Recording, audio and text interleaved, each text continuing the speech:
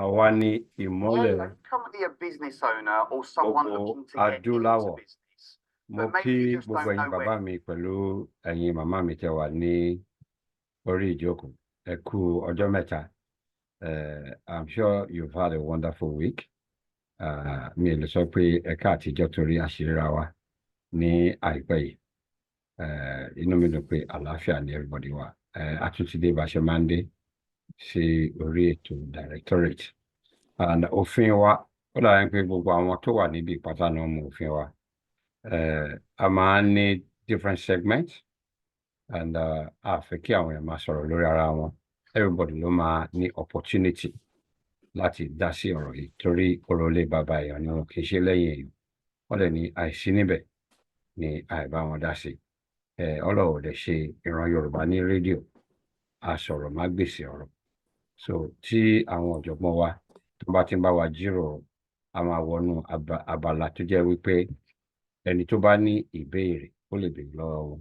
But ẹnikẹ́ni tó bá wá ní àkíyèsí àbí ìmọ̀ràn, wọ́n lè fi ìmọ̀ràn náà sórí chat room wa yìí kán bá wa kọ sí.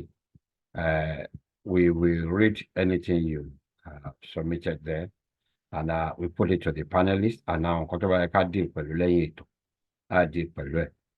Tó bá ti di àsìkò tí àwọn ọ̀jọ̀gbọ́n máa gba ìbéèrè, àwọn òfin tó bá ìbéèrè náà lọ á kà síta. So oníkálùkù á mọ̀ bí a ṣe lè conduct ara wa lásìkò yẹn. But ní àsìkò tá a wà yìí, ẹ jẹ́ ká gbọ́ orin directorate montage wa. Let us play it. Ká dẹ̀ sún síwájú láì fi ọ̀tá pọ̀lọpọ̀lọ ìjọ.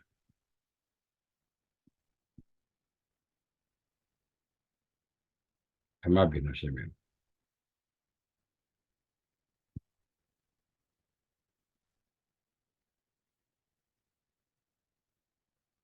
Yes, sir.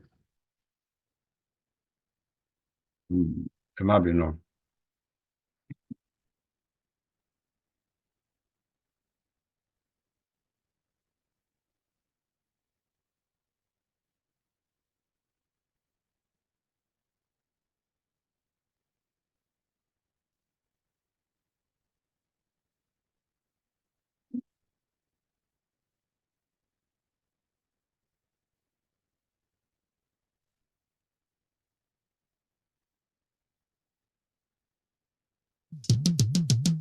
bá a bímọ nílé olówó oyè ó lè ṣèṣe olówó bá a bímọ nílé ọlọ́rọ̀ oyè ó lè rìnrìn ọlọ́lá kó rìn yan fanda rìnrìn ọlọ́rọ̀ ọmọ tá a bá bí ńlẹ̀ yorùbá yẹ kó mọ ti fún tẹ̀dọ̀ ohun àṣà àtìṣe ilẹ̀ yorùbá dẹ́kun délẹ̀ tó fi mọ́ ìtàn ohun orísun ilẹ̀ yorùbá àtàwọn bíi tó ṣe é mú yan gan tó dùn ún wò nílẹ̀ yorùbá ẹ wo ẹ̀rìn ìjẹ̀ṣà waterfall kẹ́ẹ̀tún wò kọ́gùsì níbi tómi gbóná àti tútù ti pàdé ìdẹ̀rẹ̀ hill nínú odò ń kọ́ àtòkè olúmọ lẹ́gbàá lákè nání ohun ànílà nání ìdí ẹ̀ gan nìyí tí yorùbá nation global directorate fi gbé ètò kan ràbàǹdè kalẹ̀ ní gbogbo ọjọ́ àbámẹ́ta ọjọ́ sátidé fún gbogbo ọmọ yorùbá láti kẹ́kọ̀ọ́ mẹ́kọ̀ọ́ kọ́gbọ́n mọ́gbọ́n nípa àṣà ìṣe ìtàn ìṣẹ̀dálẹ̀ àti òkodoro ọ̀rọ̀ nípa yorùbá tó fi mọ́ ohun tó rọ̀ mọ́ ìjàngbara fún orílẹ̀-èdè yorùbá ẹ ṣáà mọ̀ pé bí olóde ò bá kú ojúdere ò ní wu koríko àìsí níbẹ̀ sì láì bá wọn dá sí wọ́n pín kò kàn mí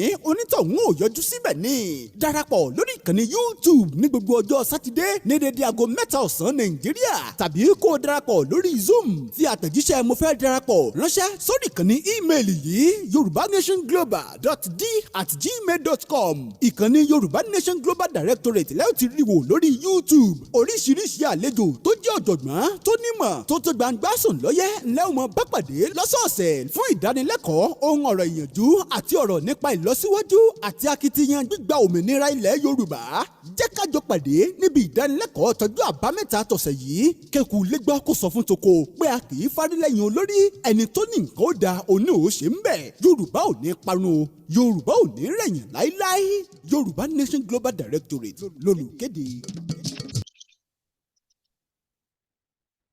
Àwa ni olùkéde iwájú báyìí ni ọ̀pá ibi tí mo máa rí sí. Láìfi ọ̀tá pọ̀ lọ́pọ̀lọpọ̀ ẹjọ́ mi ò mọ̀ bóyá màmá wa Abiola Otushile, wọ́n ti wà lórí ìkànnì yìí. Mrs. Otushile, are you in the house? Àwọn náà máa fún wa ní ìròyìn lérèfé. Barrister, mi ò mọ̀ bóyá rí Mrs. Otushile. Is she in the house? Ẹ jẹ́ nawọ́ sókè tàbí kẹ́ sọ̀rọ̀. Okay, let me check. Yeah. Okay, maybe can you suru. Ẹ bá ẹ̀ka ní sọ̀rọ̀. Lókun. Bọ́dá wa kì í ṣe òdìdẹ. Mo bí káwọn èèyàn wọlé díẹ̀ sí kó tó di pa máa ka news yẹn. No, let's continue. They can see it on the YouTube. Abeg ẹnìkan jáwádé. Alùbàtà ọ̀dẹ̀ gbọ́dọ̀ da orin. Alternative wà. Tá a bá ń sọ̀rọ̀ pé kí a má gbára wa ní àsìkò. Okay. Mo fi pé it will be an opportunity for everybody else to see it on the YouTube platform. Ẹ jẹ́ kí n pe àwọn bàbá wa Kọ́ládé Thomas kí wọ́n bá wa ka ìròyìn lérèfé. Ẹ ṣe wọn pé àwa náà la ṣòfin pé tí a bá ti níyàn mẹ́wàá péré ká bẹ̀rẹ̀. Mo fi pé we're in order to start now. Thank you. Mr. Kọ́ládé, you're welcome, sir. Thank you. Good afternoon. Ẹ káàsán, ẹ kú ọjọ́ mẹ́ta o. Welcome to the Yoruba Nation Global Direct News Update for the 168th Town Hall meeting. The Yoruba say, Ombo, àwọn landed. The systematic entry of Fulani herdsmen continue to attract calls for caution, immediate suspension of the entry by all Yoruba citizens. The entry and settlements without consent of the nomadic Fulani in Yoruba community across Yoruba land has brought with it killings, kidnapping, ransom, and raping of women and girls. This has raised concerns that led observers to suggest that Yoruba indigenes residing in villages to stop crying wolves, but rather meet the wolves with equal resistance. Moving on, we are calling on health regulatory bodies to create and audit existing health clinics and maternity hospitals in Yoruba land. This becomes necessary as unqualified persons now operate clinics without qualification or necessary approval from the government. We learned that there are several pharmacies or chemists in Yoruba land without required certification and government approval. This makes it possible for fake and adulterated drugs to be sold to unsuspecting public. Many people have died as a result of this institutional negligence on the part of the government. We respectfully plead with the Health Commissioner in Yoruba State to ensure that all private clinics, maternity centers, pharmacies, and hospitals are well audited and registered.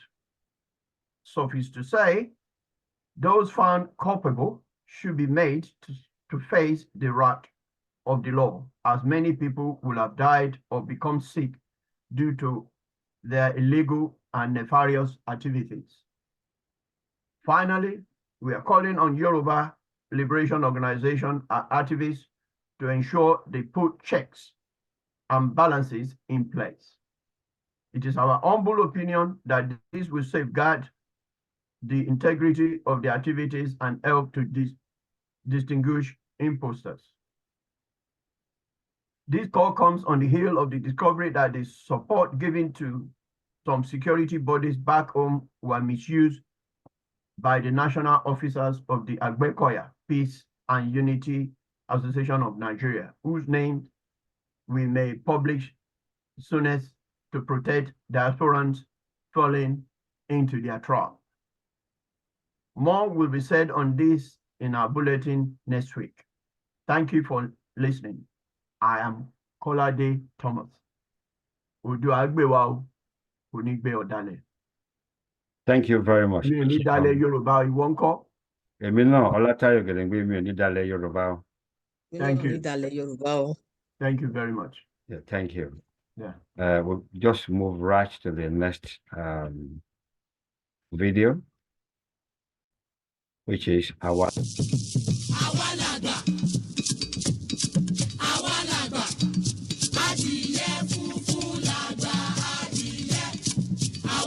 ọmọ Yorùbá ọmọ Oòduà ọmọ odù tó dá ìwà ẹ fura o ìfura lóògùn àgbà pásá òfura pásá já àjà òfura àjà jìn bónílé ò bá fura olè ó kó ogun àwítẹ́lẹ̀ kí parọ́ tó bá gbọ́ ọmọ Yorùbá ikú tó mọ̀ ń pọ́jú gbà ẹni òwe ló ń pa fún ni ẹ dìde tẹ̀sán ẹ dìde tọlọ́gun ẹ jígìrì ìgbàgbọ́ òkè àmọ́ sọ̀rọ̀ ilé bàbá wa ọmọ Oòduà ẹ dìde bí alágbára ìdágìrì kì í jámọ́ lẹ́yìn ẹkùn àsìkò tó ká sọ̀rọ̀ bí àwọn ará àtijọ́ ẹ jẹ́ ká wá ohun agbára àwọn bàbá ńlá wa ká dira wa lámùrè ṣé àìrìnjìnà lára búkẹ́ ọ̀kẹ́rẹ́ bàbá rìn jìnnà dáadáa àkànbí tí wọ́n gbé fọdọ̀ òbúlẹ̀ gúnyẹ́ jẹun bẹ́ẹ̀ ìwákùwà là wá ń tó bá sọnù ọ̀rọ̀ ti dójú ọ̀gbagadè kí kálukú yà tètè mọ̀ báyìí pé ọmọ Yorùbá gbọ́dọ̀ fìgbàdí kan ṣoṣo ṣègbànú ká pawọ́pọ̀ láti dáàbò bo àdúgbò abúlé àti olúùlú wa gbogbo ọmọ Yorùbá ló gbọ́dọ̀ mọ̀ báyìí pé gbogbo wa ti di ológun lọ́wọ́ tí ìlú wà báyìí o nítorí àtòkèrè lólójú títí tí mẹ́kún sùn igi gogoro má sì gbomi lójú àtòkèrè láti wò ó ọmọ Oòduà ó lè òní jà wá bẹ́ẹ̀ lógun òní kó wa lẹ́rù lọ́wọ́ kẹkùlé ó gbọ́ kó sọ fún toko kádò ó gbọ́ kó lọ rò fún ọbẹ̀ pé lọ́wọ́ tí ìlú wà báyìí nínú ewu nílùú wa o gbogbo wa pátá la gbọ́dọ̀ mọ̀ pé a ti dológun láti lè dáàbò bo dúkìá àti ẹ̀mí àwọn èèyàn wa ó ti yá o ọmọ Yorùbá omi gbọ́nà ìpẹ́lẹ́nu bẹ́ẹ̀ ọwọ́ ìpẹ́nsà kéèké ẹjẹ́ jígìrì káwá wọ̀rọ̀ kọ̀ fi ṣàdá kó tó pẹ́ o àbọ̀rọ̀ lásán fọmọlúàbí tó bá dénú rẹ̀ yóò dodidi Yorùbá Nation Global Directorate ló ń kéde fún gbogbo ọmọ odù tó dá ìwà. Yes, àwa ni olùkéde fún gbogbo ọmọ odù tó dá ìwà. We thank God for that. And nǹkan tó kàn nísìnyí ni ètò ìṣúná. Ètò ìṣúná a máa pe Pastor, or let me say Apostle Raphael Adebayo. I don't know whether he's in. Tí bàbá ò bá sí níbí, ẹ jẹ́ kí n tún pe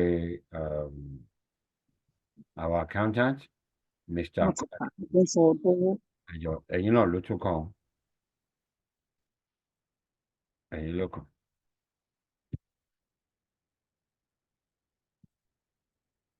Mr. Kolade. Ètò ìṣúná. Ẹ ò mute ara yín o. Ẹ wà muted.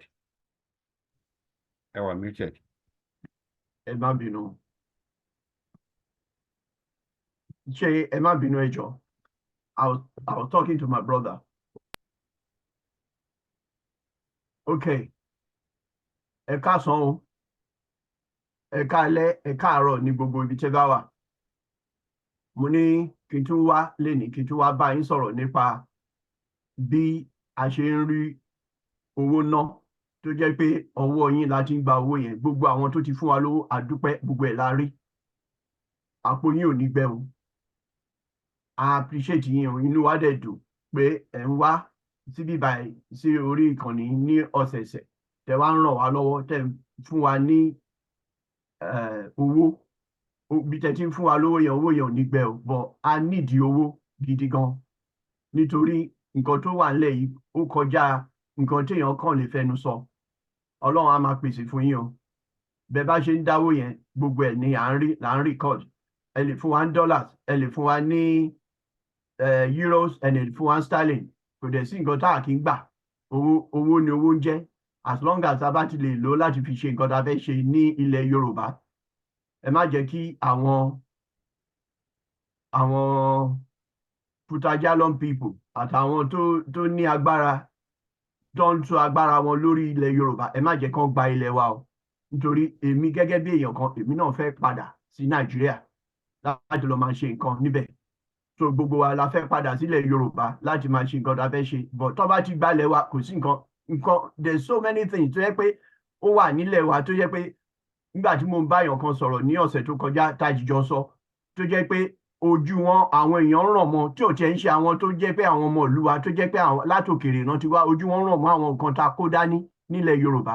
So ẹ má jẹ́ ó gbalẹ̀ wa o, ẹ má jẹ́ kó máa di ìtàn bíi ti àwọn Native Americans bó ṣe ń sọ lẹ́nìí pé wọ́n wà ń bí wọ́n bá Ọlọ́run ní jẹ́ kó irú tiwa di bẹ́ẹ̀ yẹn o. So à ń láti múra, ẹ má wo nǹkan tí àwọn ẹlòmíín ṣe tán ni pé bóyá kinní kan àwọn Yorùbá kan kinní kan, ẹ jọ̀ọ́ nítorí Ọlọ́run ẹ ràn wá lọ́wọ́ pẹ̀lú owó, Ọlọ́run á máa wà pẹ̀lú àwa. Ò dẹ̀ ń kówó jẹ ń bí báyìí, àwa máa ń kówó jọ ni láti fi ṣe nǹkan tó yẹ ká ṣe. Gbogbo owó tẹ̀dẹ̀ ń fún wa gbogbo ẹ̀ ló ní record. So ẹ ṣé gan ni o, ọ̀rọ̀ mi ò ju báyìí lọ. Thank you very much. Ẹ ṣé gan Mr. Kọ́ládé, ẹ ṣé gan, ọ̀rọ̀ lẹ ti gbọ́ yẹn o. Ẹ jọ̀ọ́ barrister, ibi tí àwọn èèyàn lè bá wa dáwọ́ sí ẹ bá fi sí chat room. Wọ́n ní díẹ̀ ó tó nínú ohun olóhùn, ení tere èjì tere. The English will say a little drop here and there makes the mighty ocean. So ẹ jọ̀ọ́, okay, báyìí dẹ̀ ni ọwọ́ àfúnni ló ń gbé. Thank you. And ẹ jẹ́ kí n pe olùdarí wa kán wá fi ọ̀rọ̀ bọ́ wa. Princess ẹ̀yin ló kàn. Ẹ ṣé gan ni. Ẹ kú ìjókòó ẹ̀yin bàbá wa, ẹ̀yin ìyá wa, ẹ̀yin ẹ̀gbọ́n wa àti àbúrò wa. A dúpẹ́ lọ́wọ́ yín pé wẹ̀pẹ́ a pè yín ẹ dẹ̀ jẹ́ wa. Olódùmarè á wà pẹ̀lú wa. Èmi ó máa dúpẹ́ lọ́wọ́ yín náà ni nígbà gbogbo, nítorí pé ó ní ènìyàn kan kì í jẹ́ àwádé. Ẹ̀yin náà ni lẹ ń tì wá lẹ́yìn, lẹ ń wá ní ọ̀sọ̀ọ̀sẹ̀ tí ẹ dẹ̀ ń fi ọ̀rọ̀ bọ́ wa. A dúpẹ́ lọ́wọ́ yín. Thanks for your encouragement and thanks for your support. And to our panelists, ẹ ṣé gan ni. A tún máa tún jókòó láti tún kọ́ ẹ̀kọ́ kan àbí èkejì látẹnu yín. Also to the people behind the scene tí ẹ ń ṣe iwájú tẹ̀ ń ṣe ẹ̀yìn, ojú òní tì yín o. Àti gbogbo àwọn tẹ̀ ń fi owó ránṣẹ́ sí wa, àbùdú ni tolókun, àbùdú ni tọlọ́sà, ojú kò ní tì yín, Ọlọ́run á ràn yín lọ́wọ́. Ẹ ṣé gan ni. And to the secretariat, ẹ ṣé gan ni fún iṣẹ́ ribiribi tẹ̀ ń ṣe ní ọ̀sọ̀ọ̀sẹ̀, for all the great things that you are doing. Ojú òní tiwa o, àní ṣe lásán o, èmi ò ní dalẹ̀ Yorùbá o, ojú òde ní tiwa. Ẹ ṣé gan ni. Over to you, sir. Princess, your speech and your, what do you call it, you haven't read it. No, yes. No, you didn't say anything to me. Is there. The secretariat sent it. I think you haven't sent that. Tebao. Okay, let me look at it. I didn't see it. Okay, that's fine. So here is human. Okay. Yes. Emma Bino. Today, more than any other time, is when we shall be revisiting a topic from our past lecture series, that is industrialization of Yoruba nation. This for us is a form of continuous education, so our people could be well informed and be well persuaded that there is no other choice left, for the Yoruba nation than our total emancipation from Nigeria. We trust our panelists will do justice to this topic. I respectfully ask that you visit our YouTube page, copy and share today's video, which is in itself a campaign tool, an awareness for our people to embrace Yoruba nation self-determination activism. We thank God for our precious life. We dare not take anything for granted. Today, we celebrate our dear sister, Abimbola Marcus, as she celebrates her 68th birthday today. Wow. Let's sit back and enjoy today's meeting. Odùduwà á gbè wá o, kò ní gbé àwọn ọ̀dàlẹ̀. Èmi Adéọlá Táírọ̀ Ọlámìjùlọ kò ní dalẹ̀ Yorùbá ìwọ ńkọ́. Happy birthday to you, ma. long life and prosperity. Thank you for your support always. We wish you many happy returns. Thank you very much, Princess. Eshigo. Oda pe ẹ jẹ́ kí n pe màmá wa tí mo mọ̀ wípé very soon ó máa kan àwọn náà. Mrs. Abiola Otushile kí wọ́n bá wa ṣe àdúrà fún ọlọ́jọ́ òbí. Mrs. Otushile, ẹ jọ̀ọ́ tan fídíò yín mà. Mrs. Otushile, meet ara yín o.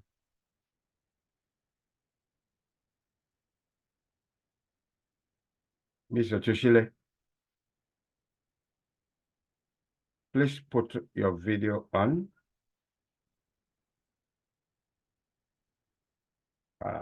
Ọ̀la yín pé wọn ò gbọ́ wa o. Tí Mrs. Otushile ò sí ń bí. Ìyáàfin, Ìyálóde, Sister Yemisi, I know you're here. Can you please put your video on and say some words of prayer for the birthday girl? Sister Yemisi. Sister Yemisi. Ẹ jọ̀ọ́ má bínú. Wọ́n ní tí ó bá ní àdúrà pọ̀ jù kó try èpè kékeré. Sister Yemisi, please put your video on.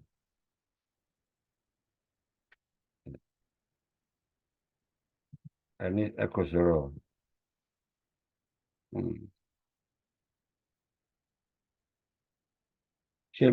Sister Yemisi ti ready. Ẹ jọ̀ọ́ ẹ bá wa gbàdúrà fún ọlọ́jọ́ òbí. Ṣókí. Ẹ káàsán, sister. Ẹ káàsán, ta ló ń ṣọjọ́ bí? Abimbola Marquis. Ó pé ṣe ọgọ́ta ọdún lẹ́nu. Okay. Ní orúkọ Jésù, ní orúkọ ńlá Jésù, a dúpẹ́ agbẹ́yìnga ṣẹ́yìn lọ́ba. A dúpẹ́ nítorí sísítà wa tí wọ́n fi 1 minute silent dárò wọn ní ọjọ́ ìní. A gbé Olúwa ga, a ṣe Ọlọ́run lọ́ba torí tí àánú Ọlọ́run dúró láéláé. Àwa dúpẹ́ àtúnwá bẹ̀rẹ̀ Ọlọ́run pé kó bá wa fi ọdún kún ọdún fún wọn. Kó fi oṣù kún oṣù, kó fi ọjọ́ kún ọjọ́. Kí Olúwa má jẹ́ kán ná ọjà wàràwàrà torí pé wọ́n ṣẹ̀ṣẹ̀ bẹ̀rẹ̀ ayé jẹ ni. Àlàáfíà, ẹ̀mí gúngùn, k'Olúwa fi dá wọn lọ́lá. Gbogbo ohun t'Olúwa ti fún wọn, èyí tó ń mí, èyí tí kò mí, k'Olúwa kó dáàbò bò wọ́n. Eléyìí tó bá wá kù tán wojú Olúwa fún láìpẹ́ láì jìnnà, k'Olúwa kó dá wọn lóhùn. Ìwòye ọdún tó ń bọ̀, ká tún jọjọ ṣe kó má fi ẹnikẹ́ni ṣàwátì nínú wa. Our sister Abimbola Marquis, ìgbà ọdún kan ni o, ní orúkọ ẹ̀jẹ̀ Jésù. Amen. Thank you very much, sister. God bless you. Wọ́n ti ní ẹnu àgbàbá yìí ní òbí tí ń gbó. In your office, your anointed and highly consecrated office as a prophetess. Ìtẹ́ sọ yẹn, àrò ti rọ̀ mọ́. Amen. Amen. Thank you very much. And you're welcome. Ẹ ṣé gan, a máa bọ́ sórí ètò ti èní. Olóòtú ètò lẹ́ni tó máa engage panelist wa is your person, ẹni yín, Barrister Taiwo Odumosu. And àwọn ọ̀jọ̀gbọ́n rather tí wọ́n bá wa yànnàná ọ̀rọ̀ náà. Wọ́n á bẹ̀rẹ̀ láti orí bàbá wa, dókítà ọlọ́pọlọ. Wọ́n á bá wa tú ọ̀rọ̀ náà sí wẹ́wẹ́. Àti àwọn tí a máa pè wọ́n ní kọ̀ọ̀kan sí ẹni àkọ́kọ́, even though wọ́n ní eégún ńlá ní gbẹ̀yìn ìkàlẹ̀. But sometimes the Bible says that the last can be the first can be the last. So ẹ jẹ́ ká pè bàbá kí àwọn síwájú torí aṣáájú ogun kì í gbẹ̀yìn ogun náà ní Yorùbá tó ń sọ fún wa. So it's a privilege for me to introduce to the house Dr. B. Oyefule. Welcome, sir. Ẹ ṣeun lọ́pọ̀lọpọ̀. Thank you so much. You're very welcome. Ẹ jẹ́ kí n pe ìyálòde tá a jáwé oyè lé lórí, Sista Yẹmisí Fádàhùnsí Ògúnlànà, màmá wa ẹ̀gbọ́n mi àtàtà tí máa ń pè ní mẹ́ta lọ́kàn, Olúwayẹmisí Fádàhùnsí Ògúnlànà. Tẹ́ bá wá the word Trinity, you won't find it in the Bible. All right. But we have the word Trinity at the directorate. Okay. You are welcome. Thank you. Olúwa ṣeun. Ẹ̀yin bàbá, ẹ̀yin ìyá mi, brothers and sisters, mo kí yín o, ẹ kújọ́ mẹ́ta o, God bless you all. Odò àgbèwà kò ní gbé àwọn ọ̀dàlẹ̀ o. Àṣẹ. Gbogbo àwọn tó ń kó wa jẹ, àìsàn náà máa fi wò. Àṣẹ o, gbogbo ẹni tó bá dalẹ̀ Yorùbá, ẹni tó kówó jẹ náà, tòótọ́ ni tí ò dẹ̀ ronú pìwàdà. Ìyẹn ó dà ní pé that prayer will be in order for the person. Because I bá consider àwọn tó ń gé lọ́wọ́ lójúmọmọ, àwọn tó ń fipá bá sùn tó yẹ pé ọmọ Fúlàní náà máa bú, àwọn tí wọ́n pa láì tọ́jọ́, tí ọmọ ìyá wọn wá ní owó tó yẹ kóun fi ṣe nǹkan, kí ààbò wà nílùú pé òun fẹ́ fi òun máa kó jẹ ní irú ìpè báyẹn, èmi náà ṣàmì sí àṣẹ. So mo wá ní oore ọ̀fẹ́ láti pe brother wa tó jẹ́ wípé wọn òdú ni wọ́n ń ṣe àìmọ̀ fólóko, ẹni táyé fẹ́ ni táyé òní kọ̀yìn sí, olódodo, ẹni tó yẹ pé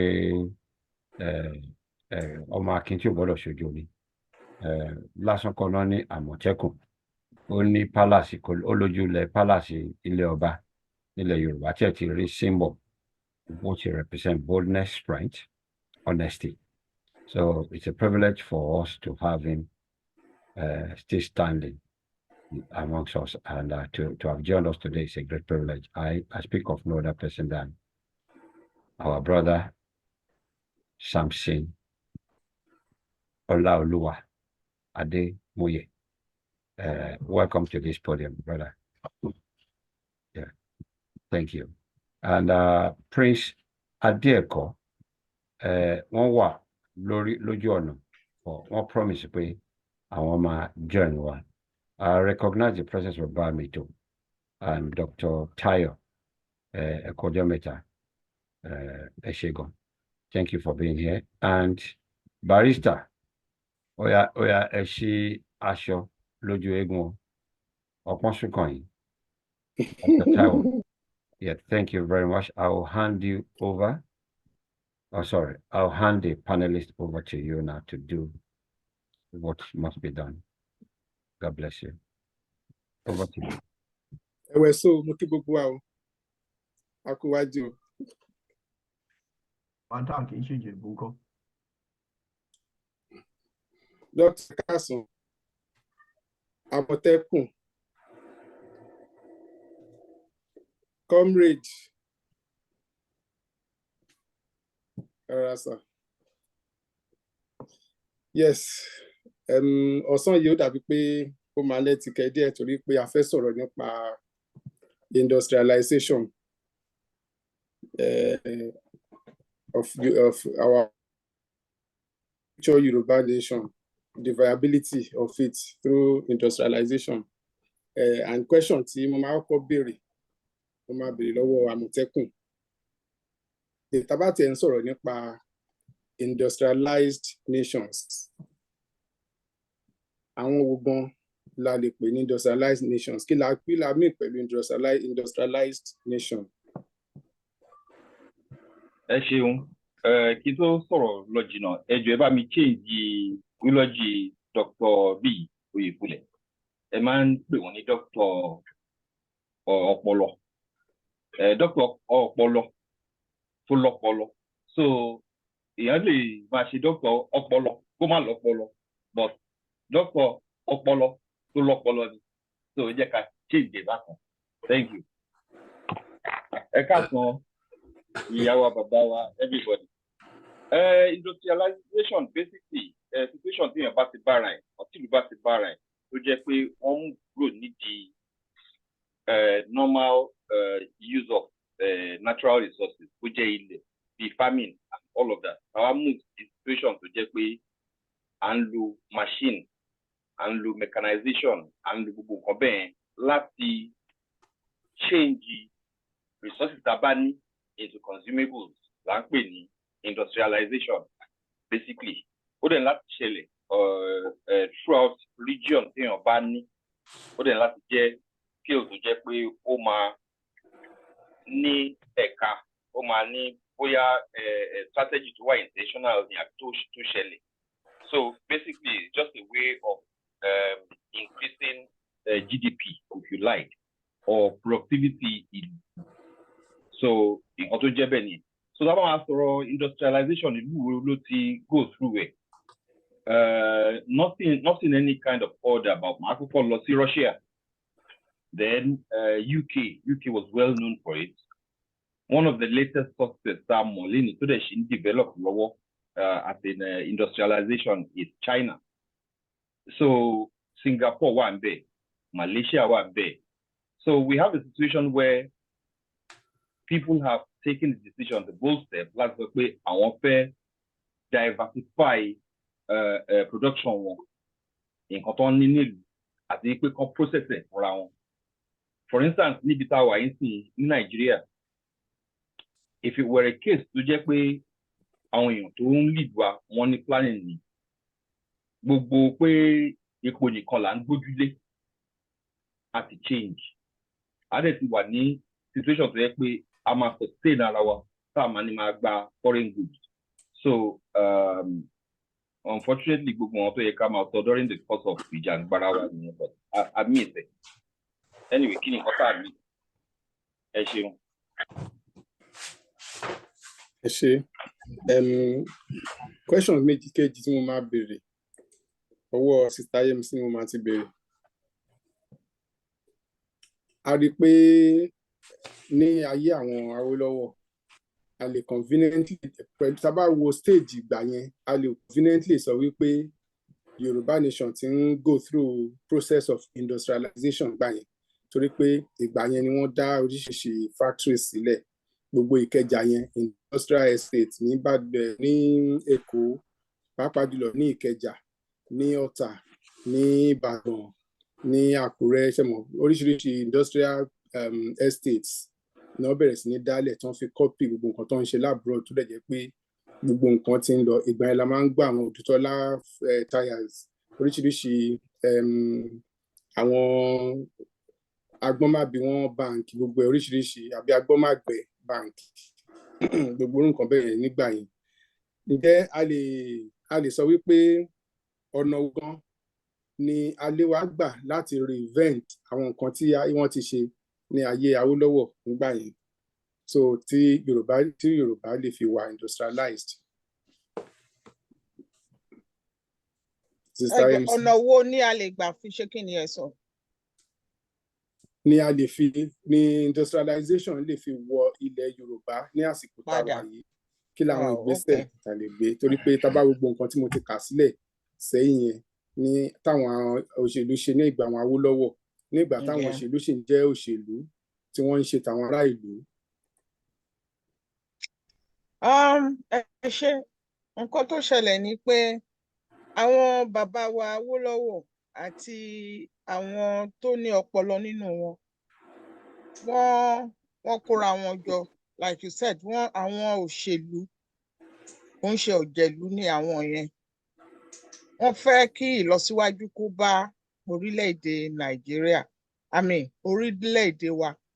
Ìgbà yẹn ni a lè là ń clarify ẹ̀ sí pé the youth are the leaders of tomorrow. So àwọn yẹn believe in that. So gbogbo nǹkan tó ń ṣe ń gbà yẹn, cocoa house, àwọn rubber plantation and all that, wọ́n lo orí pípé wọ́n fi ń ṣe, and resources was coming out of all those things. Cocoa was one of our main resources then. Kí ó tó di pé ọ̀rọ̀ iléepo dé, kí ìdójì tó tún wọlé, kí gbogbo yẹn tó.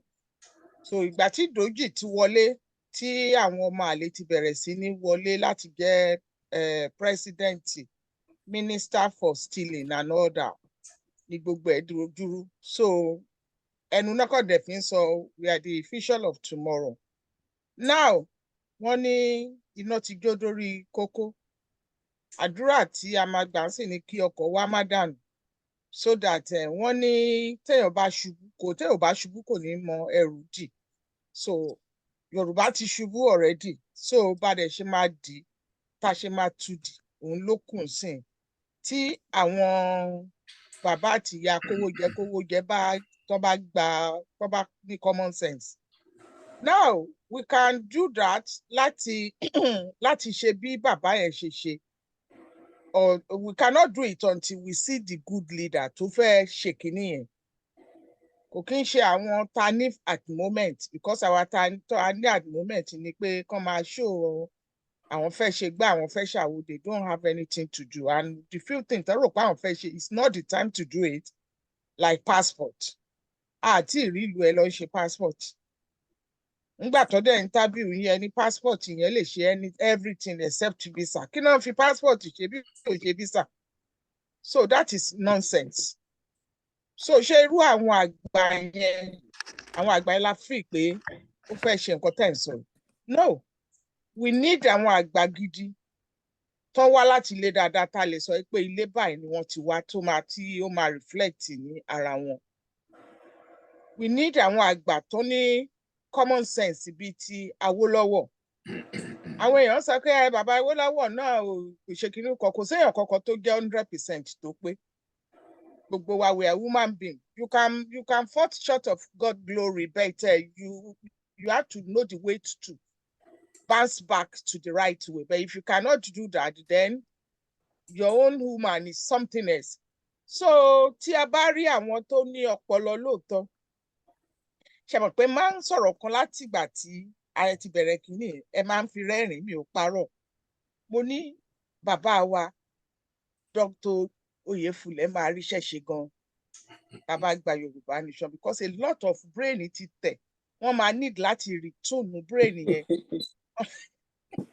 tó fi máa lè ṣe nǹkan tó dáa, because gbogbo àwọn tó wà ń tà ń sìn iṣẹ́ tẹ́ bá wo orí tẹlifíṣàn orí internet, don't cry for me Argentina, don't cry for me Yorùbá lè máa gbọ́, because ẹ rí àwọn ọmọ kéékèèké because of money wọ́n á gé orí girlfriend. Ẹ rí àwọn ọmọ tó ń sunkún ẹ̀jẹ̀ ń jáde kíní kan ìdí ń jáde lára wọn, all because of money. Ọmọ kan mo wò ní àná sọ pé màmá ẹ̀ ń béèrè pé wọ́n ń gbé face to face, ó lọ gbé fóònù iPhone 13 dání, ó ra irun bíi 200 and kíní kan plus. Màmá ẹ̀ wá sọ pé bó ló ti rí owó, ó ní boyfriend òun ló fóun lówó, ó ní kóun mú pant òun wá, òun dẹ̀ lọ fóun ní owó yẹn àti phone. So ẹni tó ń béèrè question lọ́wọ́ ẹ̀ wá sọ pé ṣé o mọ implication? Ó ní no, but everybody does it. It's not a new thing, nothing will happen. Mo ní so ṣé visual of our tomorrow nìyẹn? So I think nǹkan tó máa ṣẹlẹ̀ nísìn ni pé ẹni tó bá mọ àdúrà gbà, because mo believe pé kò sí nǹkan tàdúrà ò lè ṣe better, ó lè gba àdúrà kó má ṣiṣẹ́ sí. You need to be prayerful and working towards what you are looking for, not pé kó lọ máa sùn sí church, kò sí nǹkan kan tó fẹ́ ṣẹlẹ̀. Ọ̀rọ̀ ẹ máa dàbí ẹni tó ń wáṣẹ́ tán fún ní application tí ò fi ilẹ̀ tó ń kúnlẹ̀ tó ń gbàwẹ̀ tó ń gbàdúrà, you are just deceiving yourself. So we can still do it, because mo believe pé kò sí nǹkan tí Elédùmarè ò lè ṣe. We can still do it. We will only be looking for right people tá a máa lè bá sọ̀rọ̀ tó yà believe pé kò ń ṣe àwọn tó tún ń bọ̀ wá dàbí àwọn tó wà bẹ́ẹ̀ sìn, àti àwọn kan tán tí rí nǹkan tó fẹ́ ṣe, tán sì ń plan báwọn ṣe fẹ́ kówó jẹ. Ẹ ṣeun, okay. It's all right. Thank you, ma'am. Dr. Oyèfúlẹ̀, mi mọ̀ bí a ní sọ sí nǹkan tó sọ yẹn pé in what way should be industrialized. Tẹ́ bá ní sọ sí kí n bèrè the next question lọ́wọ́ yín. Wọ́n ti sọ gbogbo ẹ̀ tán, wọ́n ní sọ tán, so ẹ lè bèrè next question. Okay, now ọ̀nà wo gan kí làwọn nǹkan tí Yorùbá nation tó lè benefit nínú industrialization tá a bá wo gbogbo bí nǹkan ṣe ń lọ ní àgbáyé nísìnyí, àti ẹ̀ ní àwọn èròjà yẹn gan tó lè jẹ́ ká fi di industrial nation. Okay, then ó dàbí ẹ ṣé èmi ló kàn àbí? Bẹ́ẹ̀ni. Okay. A kàn fẹ́ kọ́ lọ sí Abuja ni, ẹ̀yin ló kàn.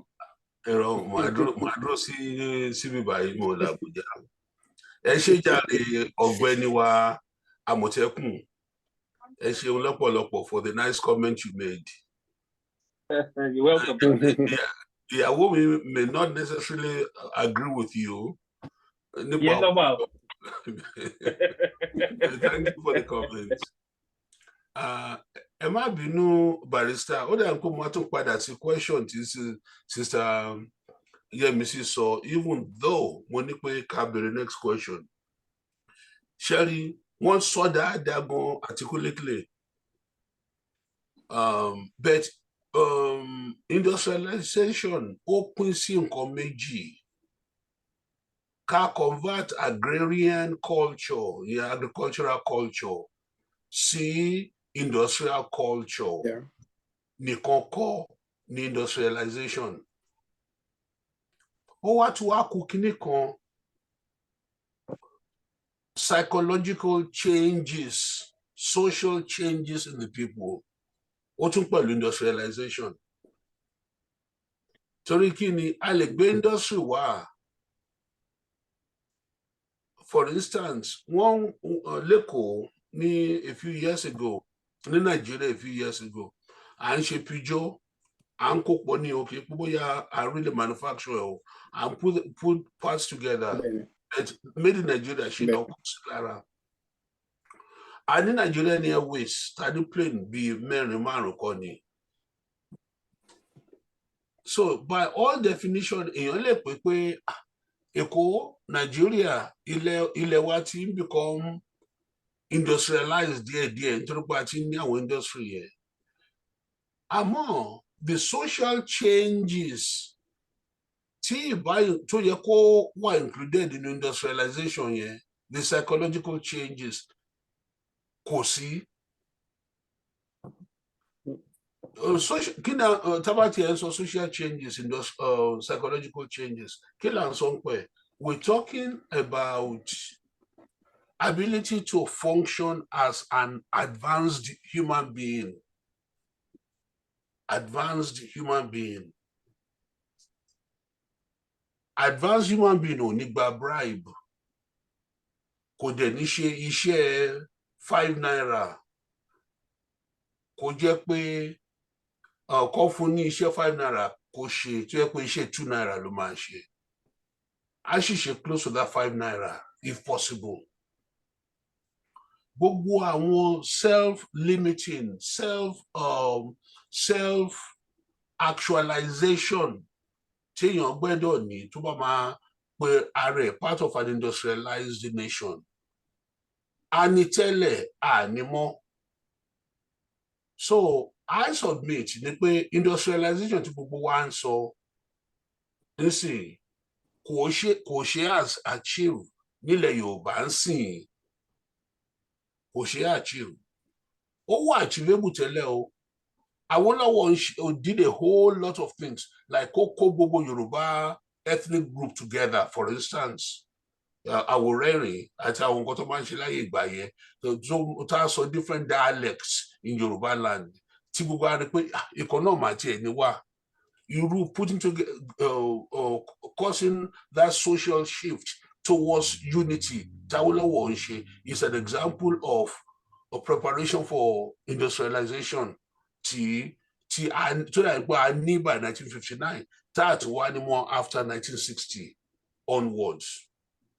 So màá fẹ́ ká mọ̀ ní pé industrialization kò mean pé ká lọ kó àwọn ọmọ wa tó ní PhD, tó ní MD, tó ní JD, from Europe, from England, from Britain, from America, from South Africa, ká kó wọn padà wálé kó mà ní ṣiṣẹ́.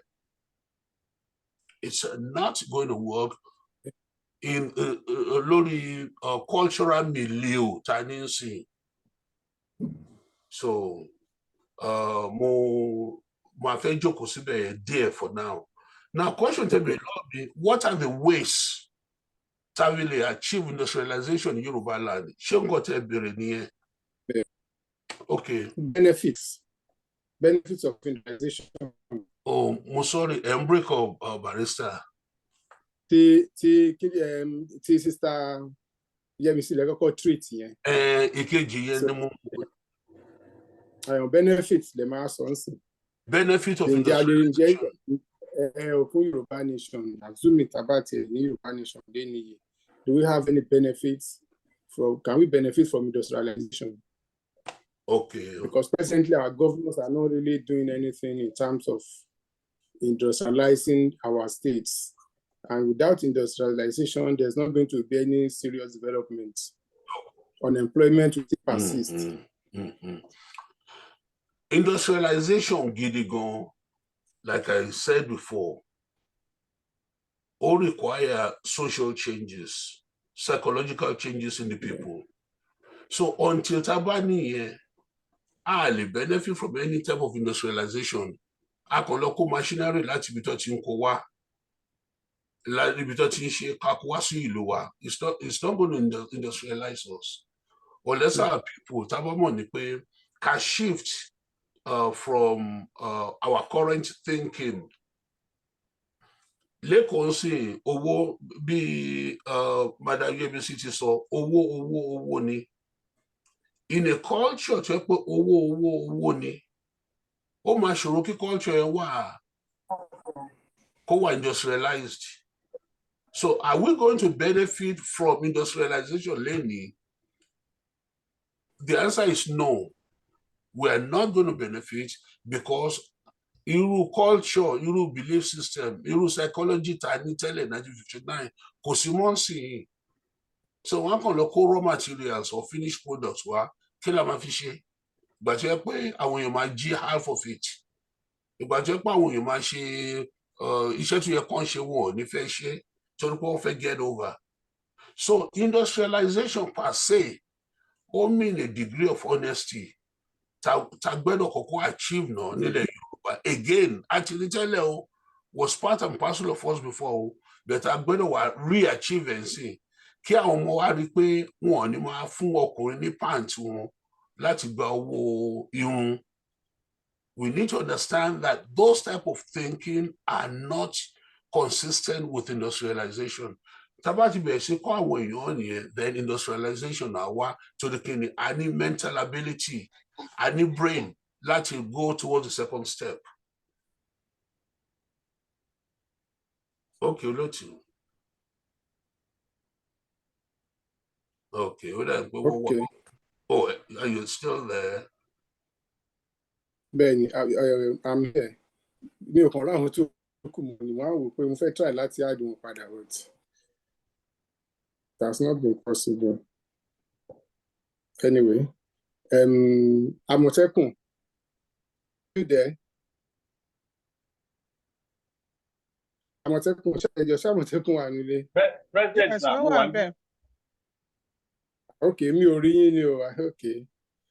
Ẹ rí mi o, ẹ jọ̀ọ́ o. He has Mo ṣe shown rí his handsome face there.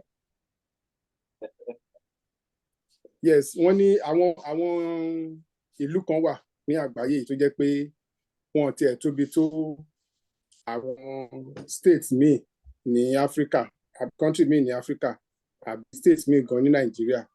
Wọ́n dẹ̀ ni wọ́n tóbi tí wọ́n ti yẹ pé population wọn gan tó ti Nàìjíríà. Ǹjẹ́ lára àwọn ìlú wọ̀nyí àwọn tá a lè kọ́gbọ́n láti ọ̀dọ̀ wọn lórí ọ̀rọ̀ industrialization yìí? Àwọn irú ìlú bẹ́ẹ̀ wọ́n pọ̀. Téèyàn bá lọ sí Asia for instance, èèyàn á rí wọn á pọ̀. A ti mention Singapore kọjá lénìí, a ti mention Malaysia. Ẹ má gbàgbé pé àwọn ìlú méjèèjì unit kan náà jẹ́ at one point. Wọ́n dẹ̀ níyà, olúkálùkù ló ń lọ ẹ̀. Wọ́n dẹ̀ bẹ̀rẹ̀ sí ní industrialize in a way. But gbogbo wọn tá à ń sọ yìí náà at the end of the day, Malaysia lè ṣe. Ó possible kí Ghana gan beat wa to it and all of that. And the reason tí ó fi máa rí bẹ́ẹ̀ ni pé ìlú tí àgbàyà ò bá pọ̀ sí, ó easy kan industrialize because ẹ rí àwọn èèyàn tó jẹ́ pé leader ni wọ́n dẹ̀ máa fẹ́ máa lay ground. Wọ́n ní agbárí in such a way tó yẹ pé they are looking towards the future. So okay, ẹ jẹ́ ká wo UK, for instance. UK ò tóbi, tá bá fẹ́ compare sí Nigeria. Kí ni population UK? Anything between 67 and maybe 70 million. Compared to Nigeria, so it's about 220 million. Ìgbà wo ni UK bẹ̀rẹ̀ industrialization? Ìgbà tó bẹ̀rẹ̀ sí ní lọ káàkiri tó ń lọ sí ìlú from one ìlú to ìlú tó jẹ́ pé wọ́n máa gbé oil gbé kan. Tabaro wọ First World War àti amalgamation wa ó dàbẹ̀ kó think back on. Ìgbà yẹn la bẹ̀rẹ̀ sí ní àwọn problems kan because they wanted resources láti fi back in First World War yẹn. So in a way, industrialization won't keep bẹ̀rẹ̀, but for it to continue, ni ọ̀rọ̀ pé wọ́n reverse colonialism in a sense, but wọ́n á bẹ̀rẹ̀ sí ní kó resources sí. So gbogbo kìíní yìí èèyàn láti ní a certain level of patriotism láti sọ pé mo fẹ́ donate the best of my senses wípé kílù mi tòrò kàfírí development. But nǹkan tá a ní nílùú wa yìí, it's obvious wípé àwọn àgbàyà la ní. Because téèyàn bá wà, tágbàlagbà bá wà, nǹkan tá à ń pè ní àgbàlagbà tó bá ti ń parọ́, tí o lè get house in order. Ẹ fẹ́ ṣe project ẹ ti ń ṣe from 1900 àbí 1990 or whatever. Ẹ wá fẹ́ proceed lórí project yẹn. Ẹ wá ní a kind of system tẹ́ máa fi kó owó jọ. Wípé owó báyìí lágbà ní báyìí, owó báyìí lágbà ní báyìí, bá ṣe máa ná nìyí o. Okay, industrialization là ń sọ̀rọ̀ ẹ̀ nísìnyí, a fẹ́ Yorùbá nation. Ariwo industrialization ẹ̀ yẹ ká ti máa pa ti pẹ́. In such a way tó yẹ pé á fún àwọn èèyàn ní interest, but no.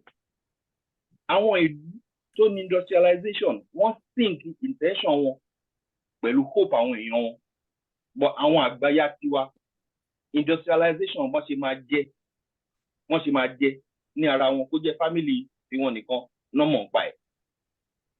Ìyẹn lè fi máa rí nǹkan bí èmi ló kàn, àwa ló kàn are two different things. So ẹ má yẹ ká wà alarm, ẹ jẹ́ ká wà focus wípé tí opportunity wa bá dé ká seize it. But à ń láti máa sọ fáwọn èèyàn yìí pé a fẹ́ gba Yorùbá nation lọ. Nǹkan tá a máa ṣe ń bẹ̀ lélẹ̀.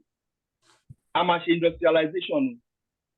Báwo la ṣe fẹ́ ṣe industrialization tí ò bá sí electricity? Báwo la ṣe fẹ́ ṣe industrialization nígbà tí ò bá sí intellectual capacity? Báwo la ṣe fẹ́ ṣe industrialization nígbà tí ò bá sí intention? Báwo la ṣe fẹ́ ṣe industrialization tẹ́ bá lérò lẹ́yìn tẹ́ lérò lórí? So this is the problem tá a ní. And àwọn tó wà ń bẹ̀ sí wọ́n kàn nígbà tẹ́ bá dé àgbàlagbà dìde professor of history a gbọ́dọ̀ ṣe referendum. Irú ọ̀rọ̀ wo nìyẹn? Báwo lẹ ṣe fẹ́ ṣe anything tó máa align pẹ̀lú progress with that kind of mindset? So ibi tá a wà ní but Ọlọ́run á fún wa ṣe, àwọn tó máa gbọ́ kọ́lọ́run jẹ́ kán pọ̀. À lérò lórí, à dẹ̀ lérò lẹ́yìn. That is the best way tá lè fi gba Yorùbá nation. Gbogbo à ń káàkiri tá à ń ṣe ra tá à ń kọ lẹ́tà yìí to make sense rárá. Anyway, ẹ má jẹ́ kí n go off target. Sister MC, ọ̀rọ̀ náà kàn yín. Pẹ̀lú gbogbo nǹkan tá a ti ń sọ látẹ̀kàn yìí, ǹjẹ́ èèyàn lè sustain argument wípé tá a bá tẹ gbogbo nǹkan tá a nílẹ̀ Yorùbá, èèyàn lè sọ wípé ilẹ̀ tá a bá gba òmìnira tá a ní Yorùbá nation kò wà viable. Ǹjẹ́ a lè sọ bẹ́ẹ̀? Yes, we can. Because nǹkan tí brother wa sọ ní kan ṣe sọ tán sìn. Nǹkan tó ṣe lè wà sustainable ojú pé tí a bá ní good plan. A lè sọ pé wọ́n fẹ́ dá industry kan lẹ̀. Ká tó fẹ́ dálẹ̀, àkọ́kọ́ wo kí ló mú wọn kúrò. Like bàtà.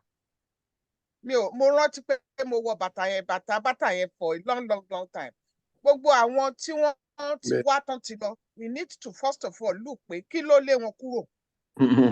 Now you are talking. báwo ni ìlú ṣe máa wà tí ò ní níná?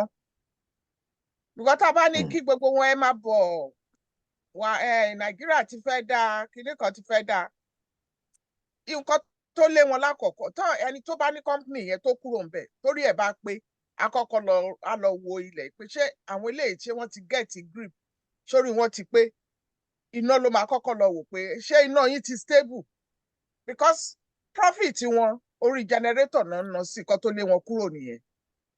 So ńgbà tí kó anything tá a bá fẹ́ ṣe ní Yorùbá land kó tó lè wà sustainable pé a dálẹ̀ báyìí a ní láti kọ́kọ́ wo wọ́n ní amúkan ọrùn ẹrù ẹ̀wọ̀ òkèlè wo ẹ̀wò sàlẹ̀ ẹni tó bá dẹ̀ fẹ́ ṣerú nǹkan bẹ́ẹ̀ yẹn ó kọ́kọ́ máa wo genesis of what caused the problem to start.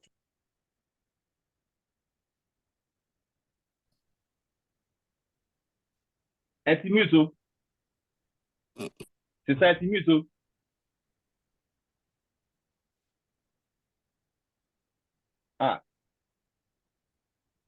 Sister ẹ ti mute. Sister ẹ ti mute o. Ó dà pé nẹ́tíwọ̀kì wọn ni. Mímọ̀ nǹkan tó ń ṣe nẹ́tíwọ̀kì náà.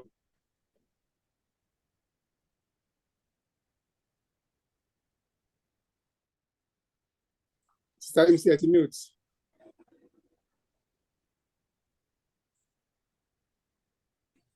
Hello, Sister MC ẹ ti mute ẹ gbọ́ yín o. Ṣẹ́yìn ò lè unmute wọn. No, mo kàn lè sọ fún wọn pé káwọn mute ni. Ẹ má bínú, mo kàn ń gbọ́ pé ta ló ń sọ̀rọ̀ lábẹ́lẹ̀ lèmi tún ń sọ̀rọ̀ pé ta ló ń sọ̀rọ̀ lábẹ́lẹ̀ mi mọ̀ pé mi gangan náà ń bá sọ̀rọ̀. Okay. Ẹ má bínú, mi ò mọ bí tẹ́ ti gbé ọ tí mo ti mute o, mi ò mute ara mi mi Ọ̀rọ̀ tó yẹn ti mute. káyé lára ni. Àwọn ọ̀tá pọ̀ jẹ́ níbi ni.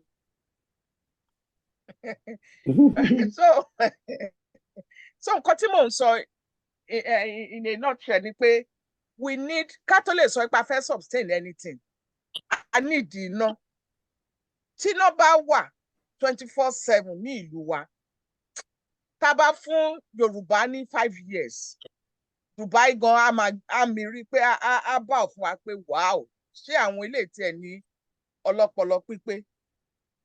So mo gbà ládùúrà pé time tí a bá máa rí gbogbo kinní tó máa bẹ̀rẹ̀ sí ní ṣẹlẹ̀ bàbá wa Oyèfúlẹ̀ sì máa wà around so that wọ́n á bá wa dá company sílẹ̀ Nàìjíríà tí àwọn tí brain wọn ti tẹ̀ tán máa lọ attend tó máa bá wa straighten ẹ̀ because tó bá pẹ́ it's all about money is good but the way we looking for it is too ridiculous. You can have a company. You're looking for money. Yes, be straightforward. Problem tí nǹkan tí àwa máa rò pé àwọn òyìnbó wọ́n make jù wá lójú pé honesty tó ń ṣe lórí nǹkan. Àwọn ò dẹ̀ ní dá company lẹ̀ lẹ́nìí kan ti bẹ̀rẹ̀ sí ní expect profit lọ́la. Wọ́n kọ́kọ́ ṣe gbòsgbàs tó jẹ́ pé company yẹn gan fẹ́ turn bẹ̀ tí wọ́n ṣáà máa insist pé àwọn fẹ́ ṣe kínní. Wọ́n á fi honesty sí ó dẹ̀ máa wà okay. But average Yorùbá kí n máa sọ pé Nigeria generally because Nigeria ọkọ̀ Nigeria ti fọ́ tipẹ́tipẹ́. Average Nigeria tó bá rí tí ẹ bá fẹ́ ṣe nǹkan kan pẹ̀lú ẹ̀ ó fẹ́ ba ayé kíní yẹn jẹ́ straight kó ṣàgbà gbogbo owó tó wà níbẹ̀. Ó wá lè dọ̀la kó máa sunkún pé bí ń pa òun o kò kí ẹ̀ ó á make sure pé òun ba ayé ẹni tó ní company àti ayé tòun á bàjẹ́ torí owó wùrùwùrù tó fẹ́ gbà. So irú àwọn nǹkan bẹ́ẹ̀ yẹn la máa èèyàn títí àwọn tó bá wà in power then they need to be looking for àwọn èèyàn gidi tí wọ́n ní brain tó ń ṣiṣẹ́ dáadáa so that whatever that we do then a lè maintain it. Firstly I need láti kọ́kọ́ wo genesis of our problem. Nígbà tá a bá ti wò tá a ti pé okay irú èmi ń sìn èmi believe pé 2 things ni problem wa ní Yorùbá land iná àti security. When we have that inú ṣé bí ẹ sọ fún mi ẹ jọ̀ọ́ ẹ̀yin ìyá mi àti bàbá mi ẹ kàn rọra point nǹkan kan sí inú comment pé nǹkan tí gọ́ọ̀mẹ̀ntì Nàìjíríà tó ń ṣe fún wa àwa la máa ṣe títì fún ara wa àwa la máa ṣe iná la máa ra generator àwa la máa ṣe omi sọ́kàwé everything àwa la máa ṣe. Ẹ tó bá mọ nǹkan tí gọ́ọ̀mẹ̀ntì ń ṣe fún wa kó bá mi kọ sí comment, màá lè comment pé irọ́ ni àbí òótọ́ ni. Kò sí nǹkan kan tó ń ṣe fún wa, àwa là ń ṣe gbogbo ẹ̀ fúnra ara wa. So kí ló á ṣe wá tí a bá rí iná tá a rí gbogbo ẹ̀ tá a fi ní lè ṣe dáadáa? Single-handedly èèyàn kan lè sọ pé róòdù mi ò mo fẹ́ tún ṣe. That is how mo mọ̀ pé Yorùbá can do it. But at moment kò sí nǹkan kan fún most of them. Even àwọn the so-called politicians tó ń kówó jẹ gan. Wọn bí aláya àwọn rẹ̀ kan wá síta kankan sọ pé àwọn ti kówó báyìí jẹ. They will not say it. But ojú Olúwa ń wo gbogbo wa. Kò sí ẹni tó bá gbin àlùbọ́sà tó lè sọ pé òun fẹ́ ká pọ́pọ̀ nínú ẹ̀. Gbogbo wọn náà máa jẹ breakfast. Write it down. Ẹ ṣeun. Yes. All right. Thank you. Dr. Yefule. Question mi ni wípé, is Yoruba nation viable? Is sovereign Yoruba nation viable industrially? With what we have discussed so far, can we say our nation will be viable if we actually get it at the end of the day? Well, Doctor, okay. Yeah, I'm here. Kò sí nation tí ó wà viable. Ó kàn jẹ́ pé at what level the viability yẹn? Ṣé ó máa gbòòrò bí 50-year-old car tí ò tí tune up for a long time ni? Or ṣé ó máa lọ smoothly like a Ferrari tó ṣe jáde tí yẹn ṣẹ̀ṣẹ̀ rà ní from the car dealer? Méjèèjì yẹn ni. Now, there's no doubt in my mind pé a máa gbòjìjìjì báyìí ní tàbá ní Yorùbá nation lénìí. Nítorí kí ni, even though àwọn ọmọ wa láti overseas wọ́n lè kó know-how wọn wá, but the psychological changes tó máa prevent bribery and corruption as being the order of the day àti put in place. The psychological changes tó máa jẹ́ ká mọ̀ ni pé scientific mode of thinking ló máa ń ṣiṣẹ́ ní industrialized nation, kì í ṣe the quasi-religious mode of thinking. Don't get me wrong, I'm not saying don't go to your mosque or don't go to your church. Mode of thinking to help appealing to a higher authority by itself. Prayer without work, that type of thinking will not do well in industrialization. So I'm going to láti convert the current ineffective way of thinking of our people to the more advanced scientific mode of thinking before the coming of the Europeans. As far as we know, and we don't practice ọmọlúwàbí. Tí wọ́n bá dẹ̀ ní ọmọlúwàbí, àti gba bribe á ṣòro fún, àti lápá má ṣiṣẹ́ á ṣòro fún, àti jẹun bí wọ̀bìà á ṣòro fún ọmọlúwàbí.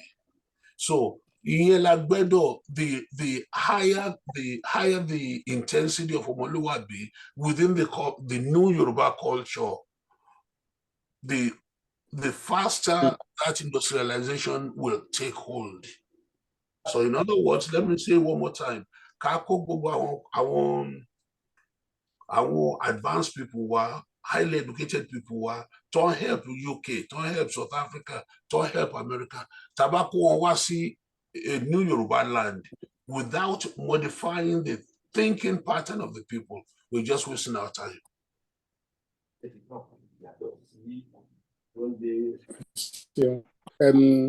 Ọ̀gbẹ́ni Àmọ̀tẹ́kùn. Ọ̀gbẹ́ni Àmọ̀tẹ́kùn jẹ́ wà ń bẹ̀.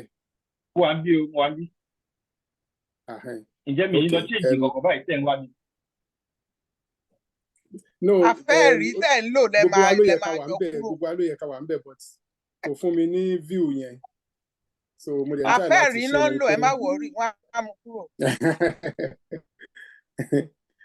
So anyway, béèrè tí mo fẹ́ béèrè lọ́wọ́ yín ni wípé ǹjẹ́ a tiẹ̀ ní àwọn nǹkan tá a tiẹ̀ lè sọ pé òkè o pẹ̀lú àwọn eléyìí a lè fi ní industry táwọn wá ìta sọ pé a fẹ́ create yìí, kí làwọn nǹkan tá a ní lọ́kàn tàbí tá a ní ní ilẹ̀ tá a lè fi sọ pé ókè o àwọn tá a níyì o tá a bá lò wọ́n dáadáa ó lè sọ wá di ilẹ̀ olókìkí lágbàáyé tí ó ní gbogbo nǹkan tí a fẹ́ lọ́wọ́.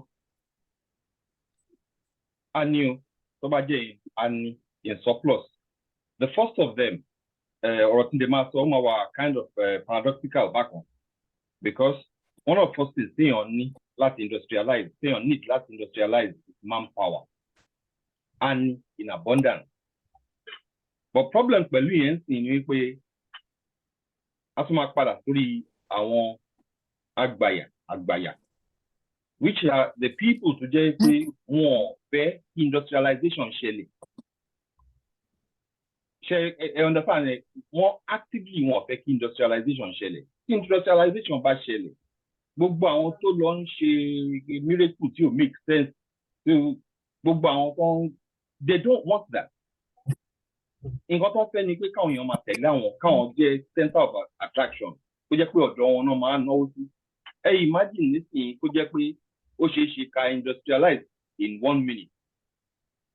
Ṣé wọn pé prayer point a lot of people òkè ìṣòro wọn ó ti di pẹ̀tẹ́lẹ̀.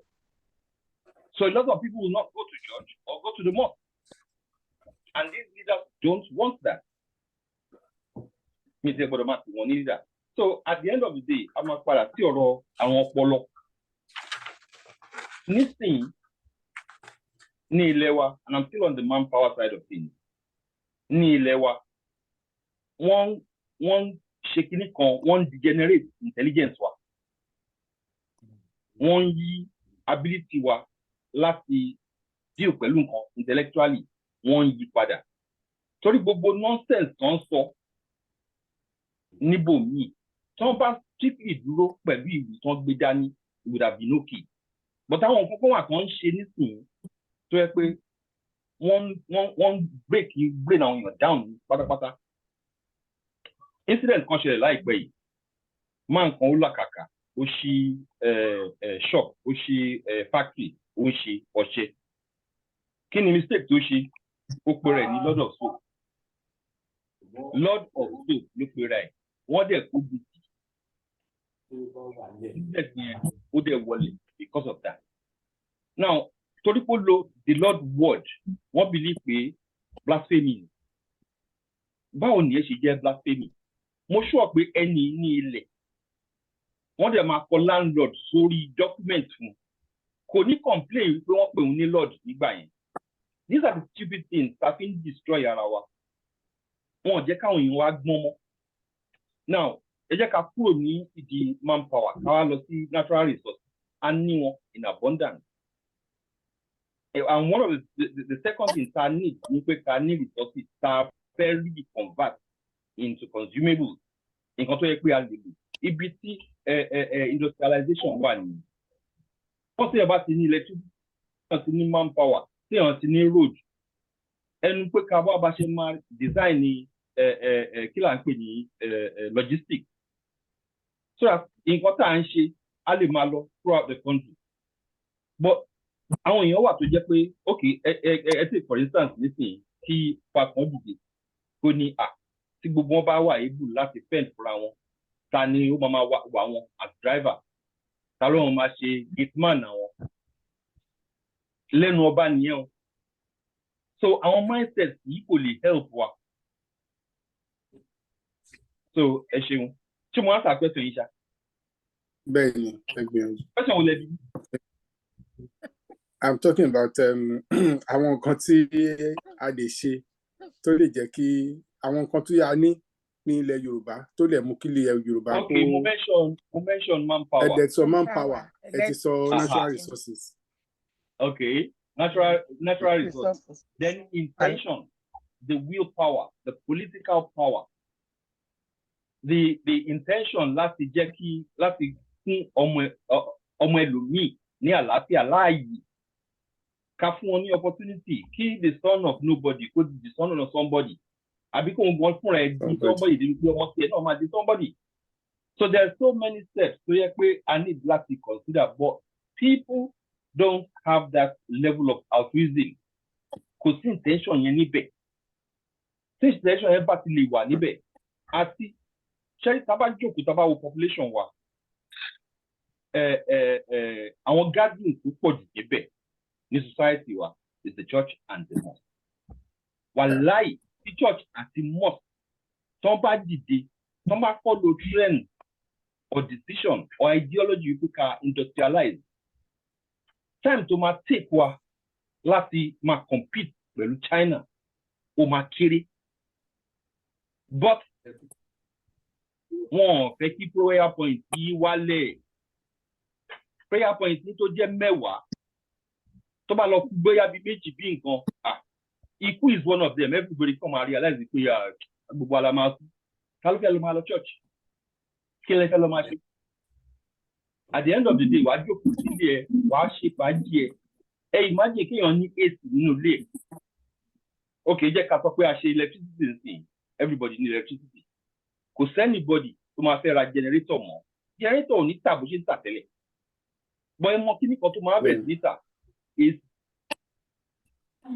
so nǹkan tó yẹ kí ìjọba ṣe ni wípé kó encourage bí àwọn èèyàn ṣe máa move kúrò by creating that power sector in such a way to jẹ́ pé iná máa wà báwo ni wọ́n ta generator air conditioner and Emma, I'm fairly sure wípé the same kind of income revenue tó máa generate láti di AC will almost be the same as wọ́n ṣe ń generate ní because you find out wípé everybody máa fẹ́ AC nínú bedroom wọn nínú living room wọn even in the toilet tó máa tàbá ṣe yẹn realize wípé for every problem lèèyàn ní opportunity láti create employment heat wà nílùú wa tàbá bẹ̀rẹ̀ sí lu AC bẹ̀rẹ̀ sí máa need àwọn tó wọn máa túnṣe àwọn tó wọn máa service so ẹ ti mú problem dání báyìí ẹ dẹ̀ ti fi creation of employment láti solve problem yẹn imagine nísìnyí gbogbo àwọn ìkiri àwọn generation plan tó ti sílẹ̀ láti God knows 70 tó ń ṣe gbogbo equipment wà ń bẹ̀ o imagine kí wọ́n establish kó bẹ̀rẹ̀ sí ń ṣiṣẹ́ iná máa wọlé employment máa wọlé industrialization máa bẹ̀rẹ̀ tí o bá ti ẹ̀jú ní agbègbè yẹn lọ because there's power so gbogbo àwọn kìíní is akọ̀nsọ́ọ̀dì nǹkan tó wà academic practice a dẹ̀ ní everything tá a need láti industrialize ó wà níbẹ̀ the raw materials are there but the willpower the intention kò sí níbẹ̀ and àti sustain it the will to sustain because wọ́n á pa níbí láti sustain nǹkan tí Awólọ́wọ̀ ṣe débi tó ṣe dé yẹn tó wáá pa sustain ẹ̀ ní a máa ti infect the northern region náà because wọ́n á kàn máa wò wá pé àwọn pípì ẹ jẹ́ káwa náà ṣe tiwa but a fún wọn láyè láti destroy ọ̀dọ̀ wa ẹ̀wọ̀n ṣẹlẹ̀ pẹ̀lú báńkì àti monopoly ẹ lè ní industrialization tẹ bá serve monopoly wọ́n yìí nìkan tó ń ṣe cement nísìnyí báwo ni competition ṣe fẹ́ wà ewékorò láti ayé gbọ́n tàti mọ̀ elephant kò àgbọ́n mọ́ ẹnìkan náà yìí ló fẹ́ máa ṣe refinery ẹnìkan náà yìí ló fẹ́ máa ta cement ẹnìkan náà ló fẹ́ máa ta rice ẹnìkan náà ló fẹ́ máa ta sugar ìyẹn ń ṣe industrialization so àwọn constitution yìí la ní ìdáhùn ọ̀jọ̀gbọ́n wa kán jókòó kán plan it out kán trash it out kán dẹ̀ ní intention láti fi ṣe so intention is the very very first thing I need. Thank you so much. You have said so much and they are very interesting. Ṣé Nàìjíríà ó mú ilẹ̀ Yorùbá ó fà síwájú ní àbó fà sẹ́yìn ní ọ̀rọ̀ industrialization tá à ń sọ yìí? Tẹ́ bá bẹ̀rẹ̀ lọ́wọ́ ọmọ 5 years old á sọ fún yín kó fà lọ sẹ́yìn ni ó tiẹ̀ ẹ̀yìn nìkan kọ́ ó jù sínú mud ó wá bu omi sí omi wá gbé lọ pátápátá kò sí nǹkan kan tó ní ṣe so àwọn it's a shame tó jẹ́ pé àwọn ìlú mi máa ń pòwe kan yín pé nǹkan kékeré ó máa ń jọ òṣìṣẹ́ lójú pé nǹkan kékeré small thing ló máa ń entice wretched people poor people. Àwọn bàbá wa kí n bẹ̀rẹ̀ láti ìgbà tí Awólọ́wọ̀ ti lọ.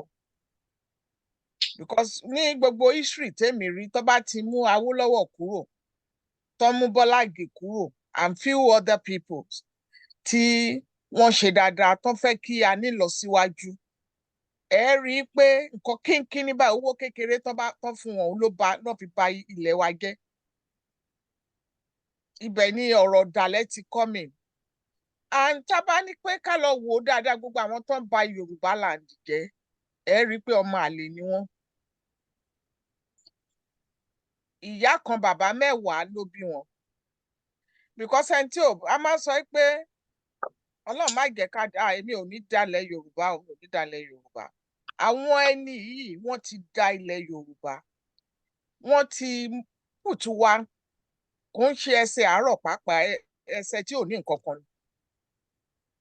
So wọ́n sọ ṣe tó jẹ́ pé wọ́n tún wá mú àwọn èèyàn, àwọn tí ò bá ní ọpọlọ tó jẹ́ ọmọ wọn, wọ́n á fà á sí rìn. Irú àwa báyìí, àwọn tí ò lọ́pọlọ, they follow them because of money. Báyọ̀, máa fi orúkọ bo èèyàn kan ní àṣírí tí ó pèrè ẹ̀ ní prophetess. Now, àwọn gullible people, that useless people that cannot work, ó entice wọn pẹ̀lú owó. Ìgbà kan wọ́n ní ó ń ṣe ritual, tó ò bá lọ síbẹ̀ wọn lè fi ẹ́ ṣe ritual. Because of 1,000, ẹlòmíì lè ta gbogbo nǹkan tó wà nígbésí ayé ẹ̀. Ẹni tí wọ́n fún ní tí àwọn tó fẹ́ fi ṣe ritual, wọ́n lè gbé bíi 10 million fún kọ́kọ́lé fún. Irú èèyàn bẹ́ẹ̀ yẹn wọ́n ti lọ wọ àsìkẹ́ ẹ̀ pé olókìkí ni. Tí kò bá ṣe pé orí ẹ̀ ò pé, ló lọ ṣerú nǹkan bẹ́ẹ̀ yẹn, tó lọ bá irú ẹ̀wọ̀n ẹ̀ bẹ́ẹ̀ yẹn. Òun gangan jẹ́yàn tó yẹ kó kọ́lé, kó fúnyàn ní kọ́kọ́rọ́ ilé 10 million, kó fúnyàn 10 ní kọ́kọ́rọ́ pé gbà. But because orí tiẹ̀ ò pé, kó tó fẹ́ jẹ ojú kòkòrò, ọ̀pọ̀ yẹn ṣe iṣu fún mi, ó ra ilé fún mi, ó ra mọ́tò fún mi. It's what that person can be able to do herself or himself tó bá jẹ́ wípé ó ní ọlọ́pọlọ tó ń rò pé èlò kí ni mọ́tò wèrè wo ló rà tèmi gan ò lè rà, kó follow iṣẹ́ tó ń ṣe. But títorí pé wọ́n ti fi owó yẹn, wọ́n ti fi so entice àwọn èèyàn tí ò lọ́pọlọ, so wọ́n ti fi bà ọ̀la a lot of people jẹ́. So èmi ní believe yìí pé gbogbo nǹkan tá à ń sọ yìí ó lè ṣeé ṣe pẹ̀lú awareness. Irú example kan tí mo ṣe lọ́yìn tẹ́lẹ̀, ọmọ tó wà ní level 300 kò mọ̀ wípé kí wọ́n gba pátá obìnrin pé nǹkan tó burú ni. Ó ní abẹ́ people are doing it, he bought me this, he bought me that, he gave me money. Ó wá mú àsìkí tiẹ̀ ògbélé lọ́wọ́. In few months time, wàá tún wá bọ́ sórí tẹlifíṣàn tó ti ń sọ, orí internet tó ti ń sọ̀rọ̀ pé ìdí ń jáde ní nǹkan ara ẹ̀ o, òun rí àwọn demon olórí mẹ́wàá. So it will be too late for that type of lady kó tó realize pé ẹ wá ń bí wàhálà ni ló ń kó bára òun. So awareness gbọ́dọ̀ wà. Táyé awareness bá wà, àwọn ọmọ kéékèèké tó ń bọ̀ dé, we know pé there is a lot of things tó more than kéèyàn kan fún ẹ lówó. You can do it yourself. You don't need to follow anybody. Pé lágbájá ló máa fún mi lówó, tàmọ̀dò ló máa fún mi lówó. It's something that you can do. So Yoruba, we can still do it. Kò tí ì late jù. Because àwọn tá à ń follow tán wọ́n tá a pè ní America, UK, nǹkan, àwọn náà ti go through nǹkan tá à ń go through lọ́wọ́ ẹ̀. Ó kàn jẹ́ pé ńgbà tí wọ́n rí ọlọ́pọlọ pípé ló jí brain wọn tán bẹ̀rẹ̀ sí ní ṣe nǹkan tó dáa. Ìlú iná ń commit atrocity, but because they were charitable, God is blessing them because they have common sense. tó bá jẹ́ pé irú ìlú tí mo wà tó ń gba owó bàbá tó ò bá níṣẹ́ wàá jẹun o lè má ra mọ́tò but you will eat tó ò ní séèyàn tó máa mọ̀ pé ò níṣẹ́. So tí àwa náà bá bẹ̀rẹ̀ sí ní irú brain bẹ́ẹ̀ yẹn pé it's not all about me. There's some people that we need help to get pé lọ́la wọ́n lè má gbowó bàbá lẹ́ni tó bá di ọ̀la they can become somebody tó jẹ́ pé òun náà máa provide fún àwọn èèyàn. Okay, jẹ́ ká ṣe sample. Ìgbà coronavirus. Our sole government, president, governors, ministers, nǹkan tí Buhari kó fún wọn, tán kó fún àwọn aráàlú tó rán ní kán má jáde. Wọ́n tún lọ ń tọ́jú ẹ̀. Wọ́n fi ṣe souvenir ní party wọn. It's so disgusting. Ẹ ń gba owó ribiribi and you are doing things like that. Ìlú Ìkẹjẹ ni eléyìí, iṣẹ́ tí èmi ń ṣe. Nígbà coronavirus, gbogbo àwọn tí wọ́n lè jáde, we have charities tí a máa fún wọn ní vouchers. Wọ́n máa mú vouchers yẹn, wọ́n máa mú lọ sí our charity house, food voucher, tó máa lọ gba oúnjẹ. Àwọn míì wà tó jẹ́ pé a máa ní kí àwọn driver lọ drop oúnjẹ sí ẹnu ọ̀nà wọn. Gbogbo irú àwọn nǹkan bẹ́ẹ̀. Tí a fẹ́ gba Yorùbá nation, a dẹ̀ máa rí gbà, but we need to plan. We need to plan pé kí ló máa ṣẹlẹ̀ tá bá gba Yorùbá nation. A ní láti máa fún wọn ní awareness pé Rome was not built in a day. Ìyà yẹn sì máa kọ́kọ́ wá díẹ̀. Then tó bá yá, we will laugh. Ẹni tó bá ti darúgbó tó jẹ́ pé bóyá èjì ẹ̀ ó ti ń súnmọ́ 99.9. Ó lọ́mọ náà, ó dẹ̀ láwọn ọmọ. Bàbá wa Awólọ́wọ̀ dà lẹ́nu. Wọ́n sì ń bì náà. Tó bá yẹ pé wọ́n follow nǹkan tí wọ́n ń follow àwọn ọmọ wọn náà máa wà lára àwọn tó máa jẹ mùndùmùndù tó wà ńbẹ̀. So we cannot say, okay, kò kúkú kàn mí ti fẹ́ mi ní pẹ́ lọ. Tán bá ń sọ bẹ́ẹ̀ yẹn, we will not do anything. It's a shame bí bàbá brother wa Ọláolú ṣe sọ. Wọ́n sọ pé àwọn bàbá àgbà àyà a ní wọn lọ́pọ̀lọpọ̀, àwọn bàbá Catholics tó jẹ́ pé it's all about money. They don't care who is dying, they don't care who is not eating. As long as táwọn bá ti yó, bámúbámú ni mo yó, mi ò mọ̀ bóyá ebi ń pọmọ ẹnì kọ̀ọ̀kan. Ṣùgbọ́n mo máa ń jẹ́ kí everybody realize pé nemesis àti karma ó rí ó máa tẹ̀lé oníkálukú kiri. Nígbà tí nemesis bá ṣẹlẹ̀, àwọn èèyàn tún máa bónítọ̀ ń sun ẹkún ni pé kí ló ṣẹlẹ̀. Ṣebí kan ló ṣẹlẹ̀ láìpẹ́ yìí tí everybody tó head leg leaves síbẹ̀ tí tá bá tún wò á lè fi kú yọ̀yàn because gbogbo wa la máa lọ. A lè fi kú yọ̀yàn bẹ́ẹ̀ tí bẹ̀yẹn náà lọ́n dúró síbẹ̀ dé gbogbo wa pé okay máa ṣe báṣubàṣu tó kàn. Nígbà tí ọ̀rọ̀ ẹ bá sú mi, I will call you to come and face your music. Ẹ ṣé. Ẹ ṣeun. Dr. Ifule, ìbéèrè mi ọ̀dọ̀ yín ló wá báyìí. Ìbéèrè náà dẹ̀ lọ wípé, can you say sovereign and highly industrialized Yoruba nation will be a shining light within the Committee of Nations? If so, what gives you the confidence? Okay, I'm sorry. A industrialized Yoruba nation will be a shining light within the Committee of Nations. If so, what gives you the confidence? Okay, mo sorry, your voice break lọ́dọ̀ mi ń bí. Let me repeat what I thought you said. Will Yoruba nation be a shining nation within the Committee of Nations? Share question on here. Yes. If so, what gives you the confidence for saying yes? Can we become a shining nation? Shibe? Yeah. Okay. Yes. Of course we can. They were supremely confident. Kinto, go back to why I'm confident. My list here.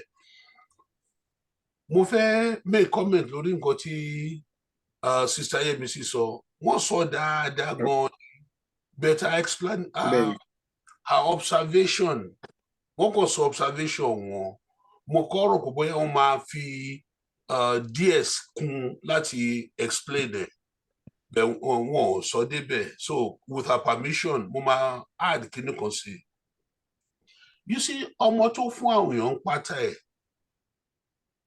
kọ́ lọ fi ṣe oògùn. Kò ní hope rárá. She had no hope. All the opportunity èèyàn kan tó máa fún òun ní ephemeral things. Ephemeral mean fleeting, unimportant.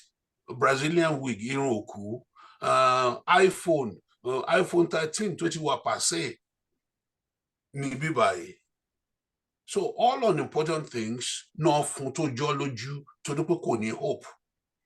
So Tabama become shining nation. We need to instill hope in our people. Hope without arrogance. Hope without arrogance. Mo ti ní nítorí náà ńkọ́, ó tì, mo ti ní, Ọlọ́run ṣe mo ti ní, but let's look forward and help others. Ìyẹn ló máa lọ sí UK, ibi tó ti máa ń distribute àwọn necessities during the time of COVID. Tí àwọn èèyàn ti wà tó ń hoard tó fi ṣe party. You see, the Europeans generally are not a very kind people. Just keep that in mind. They are not a very kind people.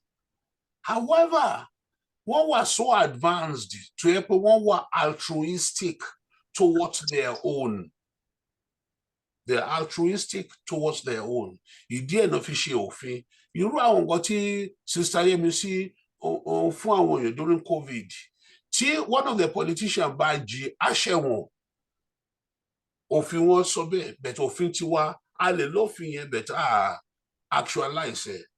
So Europeans are not necessarily better than we are, but they are altruistic towards their own. They will help their own, but they do not necessarily extend it towards others. Ìdí ẹ̀ tó yẹ pé bọ́tí ń build the nation tí wọ́n ní UK, nọ́mbà nation tí wà jẹ́ ní Africa, nítorí kíni mùdùmùdù ọ̀dọ̀ wa wọ́n fẹ́ kó wá sọ́dọ̀ wọn. Yes. So to us, they're not altruistic. To themselves, to their society, they're very altruistic. Irú nǹkan tá a lè gbẹ́dọ̀ jẹ́ kí àwọn politicians wa learn nìyẹn. Once we learn that, and now answering your question, Barrister, I'm going to become shining light. Adenilowo, Omoluwabi wani, Omoluwabi. We need to preach. When you become Omoluwabi, you have to become Omoluwabi. You have to think about others. You have to be altruistic towards your own and towards others. Our tini in Yoruba already, we're altruistic towards others. Because I think we can cheat you even to buy your money. So we have that tendency to be altruistic to all, and we need to promote it while we also teach our people to look out for their own self-interest. So can we become a shining nation among the committee of nations? Absolutely, yes. How confident am I that we will? I am utterly confident with close to a 90% degree of certainty. Where we can become a nation. We have the manpower, like Amotekun said. We have the natural resources. Gbogbo minerals wa mi de so Fanta àti Sprite àti Coke. The minister kan ní pé do you have minerals in your country? Yes, we have. Only Fanta only Coke. Irú minerals yẹn kọ́ mò ń sọ, àwọn àlùmọ́nì ilẹ̀. We have them. We have the brain, we have the wherewithal, we have everything. Nǹkan tó ń dá wa dúró, tó dẹ̀ ti ń dá wa dúró láti 1960, náà ló ṣì ń dá wa dúró títí dèní. Àwọn ọ̀rẹ́ wa lókè ọ̀yà. They're not a unified people. Fulani, small percentage, large Hausa and other minorities. One gap ale wọn lórí, nǹkan tó ń fẹ́ development in bed nìyẹn. Ǹjẹ́ ẹ̀yin gbogbo àwọn Almajiri ẹ̀yin ní Fulani láàrin wọn rí ni? No. In UK, gbogbo àwọn universities, tẹ́bá ti rí Northern Nigerians, go do a small check on them. Fulani ní gbogbo wọn. All of them, no Hausa, no other minorities. So our fair development for North. They want development for their own people, but not for the rest of the North. Nǹkan tó fi fa àwa tá wà ní South tó fi fà wá sẹ́yìn pẹ̀lú wọn nìyẹn. Ta ni máa ṣe driver àwọn, ta ni máa ṣe houseboy àwọn. Nǹkan tó ń sọ, wọ́n sọ pé Fulani wo ló máa ṣe houseboy wa. A Fulani politician was not saying which Fulani man is going to be my babysitter. You know nǹkan tó ń sọ kọ́ yẹn. Which Hausa man let me educate? Taba educate Hausa, taba educate Nupe, taba educate Gbera, taba educate gbogbo àwọn Zuru. Tani ma ṣe houseboy wa. Nǹkan tó ń sọ nìyẹn o. Keep that in mind. So, but to answer your question, to answer your question one more time, can we become a shining light among within the community of nations? Absolutely, yes. Thank you. Yes, sir. Now, àti rí pé gbogbo nǹkan tá sọ láti ẹ̀kan yẹn, orí àwọn politician, àwọn policy makers wa, àtàwọn tó ń béèrè fún restructuring, orí wọn ló dálé. Ọ̀nà ogan la lè gbà wá mú ọ̀rọ̀ yìí wá sí wọn létí tí ó lè jẹ́ kí wọ́n ṣe ohun tí a fẹ́ ní ilẹ̀ Yorùbá. Àmọ̀tẹ́kùn, ọ̀rọ̀ náà kàn yín. Ẹ ṣeun. Màá bẹ̀rẹ̀ ọ̀rọ̀ mi lórí aago, àwọn aago tá à ń lò not too long ago tó yẹ pa máa ń wáìnì wọn ni. Mo experience kìíní kan in those days 70s 80s tó jẹ́ pé tí nǹkan kan bá rọ̀ pẹ̀lú aago yín tẹ́ bá gbé dọ́dọ̀ ẹni tó máa tún ṣe almost 80 times out of 10 out of pé balance wheel ni ò dá. Now kí ni balance wheel? Tí main wheel tó bá ń ṣe kọ̀tọ̀kọ̀tọ̀ tó wà out of tune tí ò ṣe dáadáa balance wheel yẹn ló máa correct. Now ibo ni mo ń lọ pẹ̀lú ọ̀rọ̀ yìí? A lè máa sọ pé àwọn leaders wa ń ṣe kíní kan wọn ṣe kíní kan nǹkan. At the end of the day tí wọn ò bá rí balance lè check wọn. Tá a bá jókòó táwọn èèyàn ń ṣe rádaràda tá a sọ̀rọ̀ then wọ́n máa take it as privilege àwọn láti máa ṣe nǹkan tó bá wù.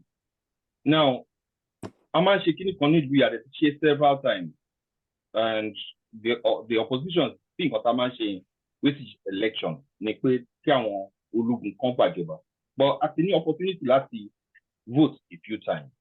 Nǹkan tí a realize as èèyàn dúdú ni pé wọ́n sábà ti lọ vote yẹn contract. It's a contract between enter and vote at our vote. What he's saying is, màá ṣiṣẹ́ fún yín o. Tí n bá ṣiṣẹ́ yín, any right láti sọ fún mi pé mi ò ṣe dáadáa. And each area tí problem bá wà ló ní strength bí èèyàn ṣe máa challenge situation abẹ́ni tó bá wà involved tó wà responsible for problem yẹn. Now, nǹkan táwa ò tí ì lẹ́nu ni wípé regardless of who he is, and láti máa fi ọmọlúwàbí and ọmọlúwàbí is to speak up. Tẹ́ bá lọ ka article ọmọlúwàbí kéèyàn ní sense of community wà ńbẹ̀. Èèyàn dẹ̀ ní láti take responsibility pé kéèyàn máa balance view ẹ̀, kéèyàn máa balance ibi tí ó máa sọ̀rọ̀. Now, tí aráàlú millions and millions of aráàlú tó bá jẹ́ yín lógún tí ẹnìkan bá ṣe àṣìṣe, you should speak up. Adé láti máa sọ̀rọ̀ in multitude. Tá a bá sọ̀rọ̀, wọ́n lè má mọ̀ pé àwọn ń ṣe nǹkan tí ò dáa. Tá a bá sọ̀rọ̀, wọ́n bá mọ̀ ṣe tá a sọ̀rọ̀. Àwa náà wà fún títí. Àgbàlagbà kan dìde ó kówó jẹ. Torí pé àwọn Haúsá kówó jẹ. Kí tiwa náà kówó jẹ. It's a wrong idea. Contract ta ní pẹ̀lú wọn is wípé you work for us. Tó bá ti ṣe mistake, ẹ tẹ̀sí lójú. Bẹ́ẹ̀ ṣe máa tẹ̀sí lójú. Ó ní láti wà proportional sí nǹkan tó ṣe. But tá a bá jókòó sẹ́yìn, tá a kàn múùn, tá a múùn. Ẹ wo kíní kan ṣẹlẹ̀ láìpẹ́ yìí sí bóyá wọ́n lọ sign ní contract kan pẹ̀lú Kínọ́tíǹkì. Maesiala. Tano consult kó tó di fún ọ lọ sign contract ẹ̀ ṣé nǹkan tá a fẹ́ ni. But tá a bá sọ fún wọn in strong terms. In tó bá wọn àwọn náà máa ṣe kí lè ṣe benefit sí wa benefit sí wọn ni ó láti wọn sanwó fúnra wọn lẹ́yìn bẹ́ẹ̀ ń sáwà o. The problem continues to be wípé first ni gbogbo wa jẹ́ ohun wa is a voice. By the time tá a máa fi kó gbogbo ẹ̀ papọ̀ ẹ tó bá ṣe fi ìta bá sọ fún lórí òótọ́ àti òdodo kì í ṣe pé ká fi ṣàbò. You are not my father. Owó apá mi pé kí n employ ẹni. If I employ you, you have to deal strictly by the rules. Tí n bá délé bàbá ẹ ká fún ẹ pẹ̀lẹ́ ṣàlàfíà lẹ́wà gangan. Yes, ọmọlúwàbí ló ṣe. But when you take over to sọ pé o fẹ́ jẹ́ leader, o fẹ́ jẹ́ team leader, àpọ́nlé ni gbogbo presidency, gbogbo senator nǹkan yẹn. And the reason for the democracy sílẹ̀ ni pé kí opportunity wà láti check àwọn èèyàn yìí. Èèyàn mélòó ló ever attend town hall meeting ní anywhere, any local government. Báwo ni ẹ ṣe fẹ́ gbọ́ nǹkan tó ń sọ nípa yín? Báwo lẹ ṣe fẹ́ sọ nǹkan tẹ́tẹ́ kan lọ sọ fún Ọlọ́run? Which is the whole idea.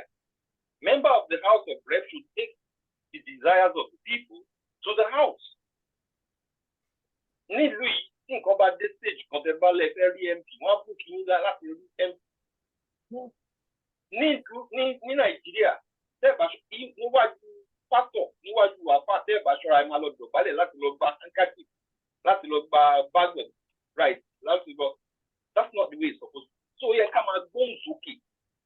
Come and create that idea of balance. These are the things we have inculcated into this Yoruba nation.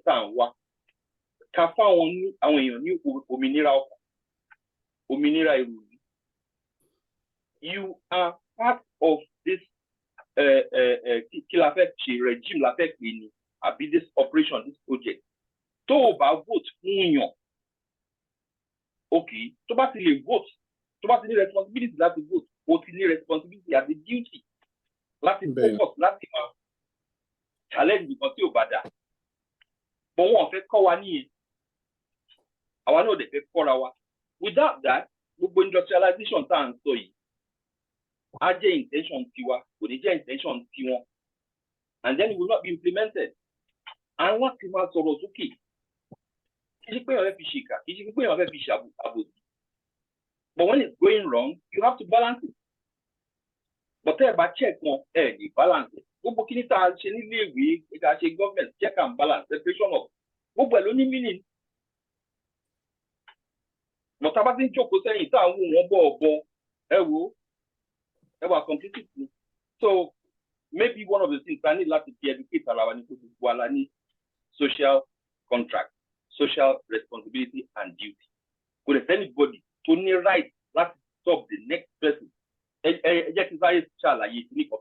Imagine, where 2 weeks ago, on a competition for any can win a draw competition for Arabic one converted from one religion to the other. If that is nonsense or unintelligent nonsense, one promise to bring everything on my ability. On my pilgrimage, on my right living, on my what's actually go near on my shop in Hong Kong. One shop in Mecca ha, sorry, pilgrimage you ha.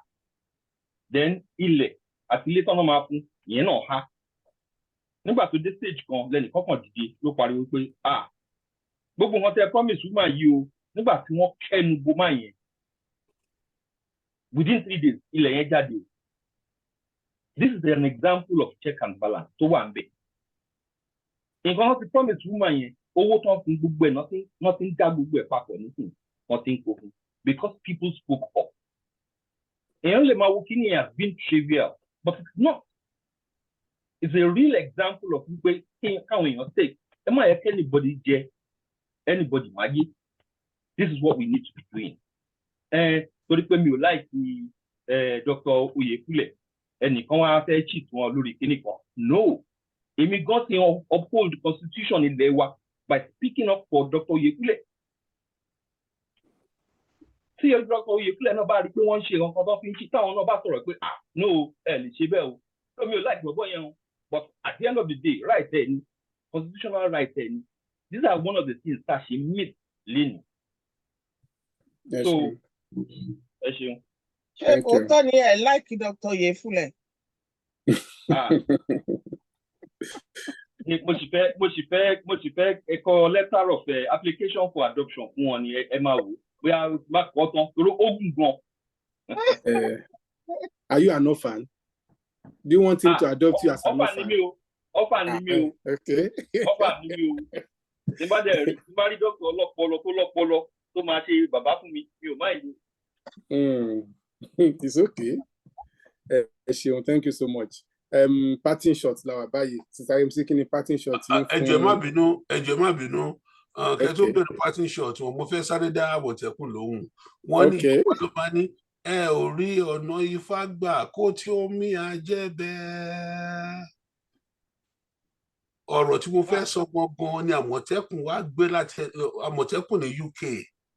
Èmi wà l'Amẹ́ríkà, wọ́n dẹ̀ ti ọ̀rọ̀ ẹnu mi náà dẹ̀ gbà and he just said it for me. Continue. Àyà mi jà mo rò pé fẹ́ reject mi ni.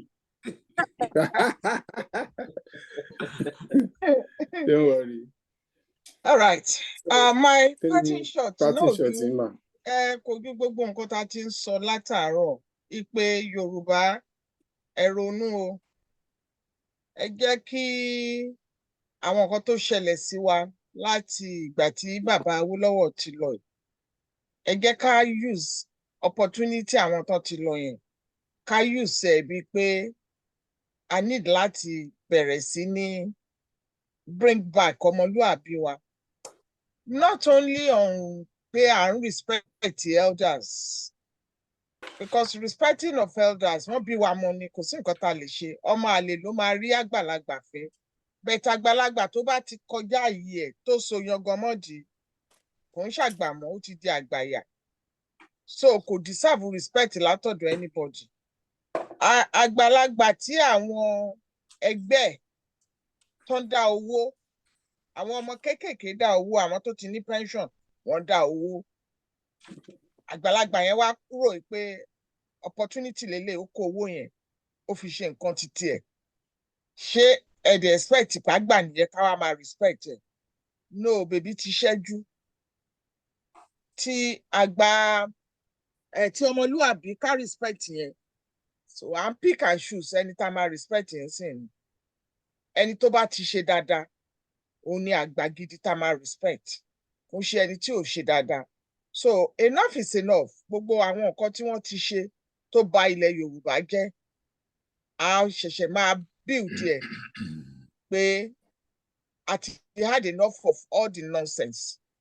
So kí Ọlọ́run kó ràn wá lọ́wọ́ ká lè ṣe kí a lè sọ fáwọn ọmọ wa pé eléyìí tẹ́ báyìí kọ́ báyìí bí àwọn bàbá wa ṣe ń ṣe kọ́ leléyìí o.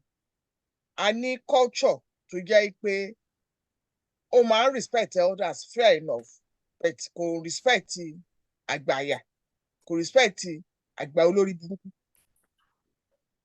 In the past, tí ọba ìlú bá ṣe rédèrèdè, wọ́n á send ẹ̀ kúrò nínú ìlú. Gbogbo aráàlú dẹ̀ máa support. Ọba yẹn ti wà ní exile from forever nìyẹn. Mi dẹ̀ rò pé ó tún lè tọ́ sí àwọn ọmọ ẹ̀ mọ́. Bẹ̀ ìgbà tí bribery àti corruption ti wá wọ ara, tá bá tiẹ̀ sẹ́ndì bàbá lọ, ọmọ máa jókòó sórí àpèrè. Whereas wọ́n dẹ̀ ti gbàgbé pé like father like son ló máa bring out. So first of all, a máa kọ́kọ́ ṣe awareness pé ọmọlúàbí wa is to respect àgbà tó bá respect rẹ̀. Wọ́n kọ́ mi kí n respect àgbà. Bẹ̀gbà tí mò ń dàgbà, mo wá realize pé kò ń ṣe gbogbo àgbà lèèyàn gbọ́dọ̀ respect. So mo respect àgbà tó respect rẹ̀. Mo dẹ̀ fẹ́ kí àwọn ọmọ tó ń bọ̀ náà kọ́ ṣe the same thing fún mi. Because tẹ́ bá rí ọmọ kékeré ọmọ 3 years old èní ẹgbà ẹnu ẹ̀ kò ṣẹ̀yìn o, ọ̀la ìgbà lẹ́nu tó bá di the third one sọ pé kí ló dé gan? Kí ló ṣẹlẹ̀? So nǹkan tí àbá ti fẹ́ kọ́ ṣe fún wa àṣàgbà ọ̀ àṣọmọdé ká má ṣe fún ọmọlàkejì wa. tí àwọn èèyàn bá ń tiraka pé kó lè dáa, ẹ̀yin àgbà ẹ má máa bàjẹ́, ẹ̀yin àgbà wa lẹ̀ ń bàjẹ́, ẹ̀yin àgbà wa lẹ̀ ń bàjẹ́, because ẹ̀yin ni àwọn ọmọdé ń wò láwòkọ́ṣe. I watch a video téèyàn kan ń dá àwọn dollars bail báyìí, àjàdẹ lẹ́mọ́ ojú eléré, wọ́n dẹ̀ ń pè inú ẹ̀ ń dùn ó ń jójó ìyà ń bẹ̀, ń wò ó pé what is this? Lẹ́yìn yẹn náà ọba kan náà tún ṣerú ẹ̀, ọdún wọn náà ti punish ọba yẹn, ó ti apologize. So gbogbo àwọn nǹkan bẹ́ẹ̀ yẹn, ẹ sọ fún mi irú àwọn tó ṣerú nǹkan bẹ́ẹ̀ tí mo dẹ̀ mọ̀ pé ní àdúgbò wọn a lot of people are hungry. A lot of people cannot avoid to buy shoe to their food. So ó wá ṣe dé yẹn, ó ṣe ìyẹn ní party, ẹ wá ní kémi respect irú àgbà bẹ́ẹ̀ yẹn. Mo sorry gidi gan, mi ò ní respect irú àgbà bẹ́ẹ̀ yẹn. Màá respect àgbà tó bá gbádùn, tó respect ààrẹ, tó mọ̀ pé humanity is very wide, pé ohun tí òun bá rí àwọn tí à ń jẹ òun ní láti ṣàánú wọn, àwọn tèmi pè lágbà nìyẹn. So ẹ jẹ́ kí gbogbo wa as Yorùbá tí a sì believe ní ọmọlúàbí, ẹ jẹ́ ká jí ká dẹ̀ máa tó àwọn ọmọ wa, kò ń ṣe àwọn ọmọ wa nìkan, àwọn ọmọ tó bá yẹ pé ó wà ní sàkání wa, ká lè sọ fún wọn pé ọmọlúàbí is good, but respect those people that respect themselves. Ẹ ṣé. Ẹ ṣeun. Dr. Ifule, kí ni parting shot yín sir?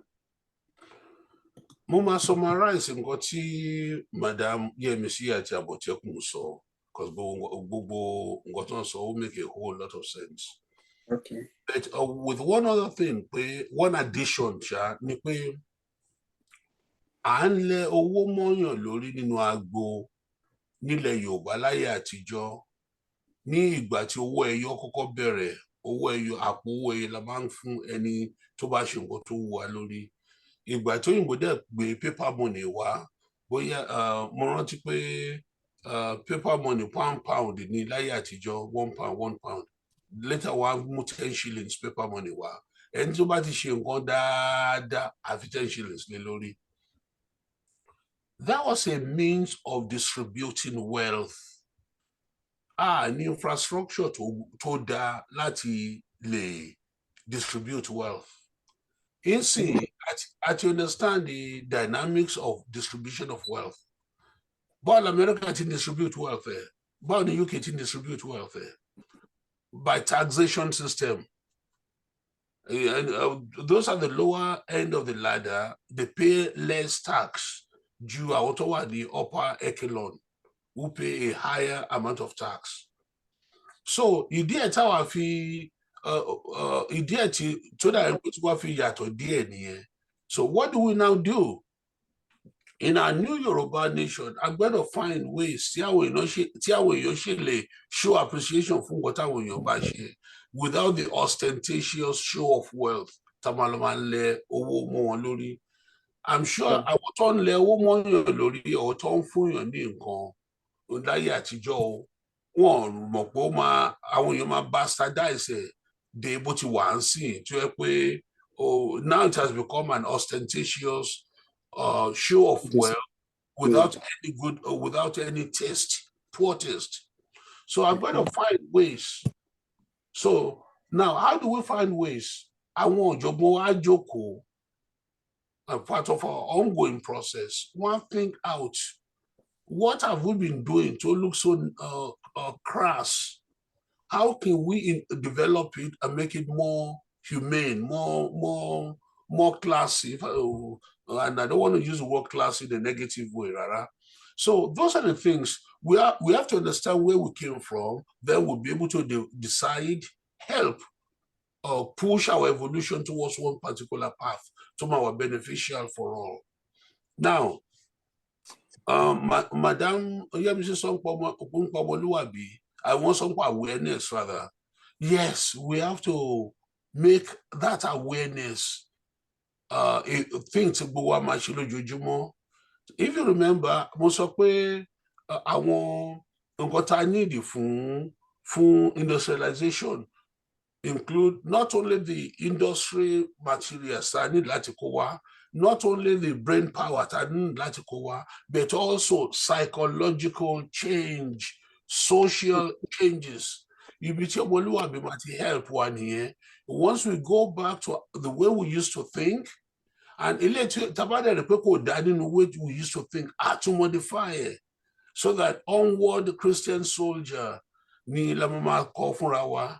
Mi ní pé kí Madam Yemisi di Christian no, but onward Christian soldier la máa sọ fúnra wa culturally, so that our culture, our nation will become something to be proud of.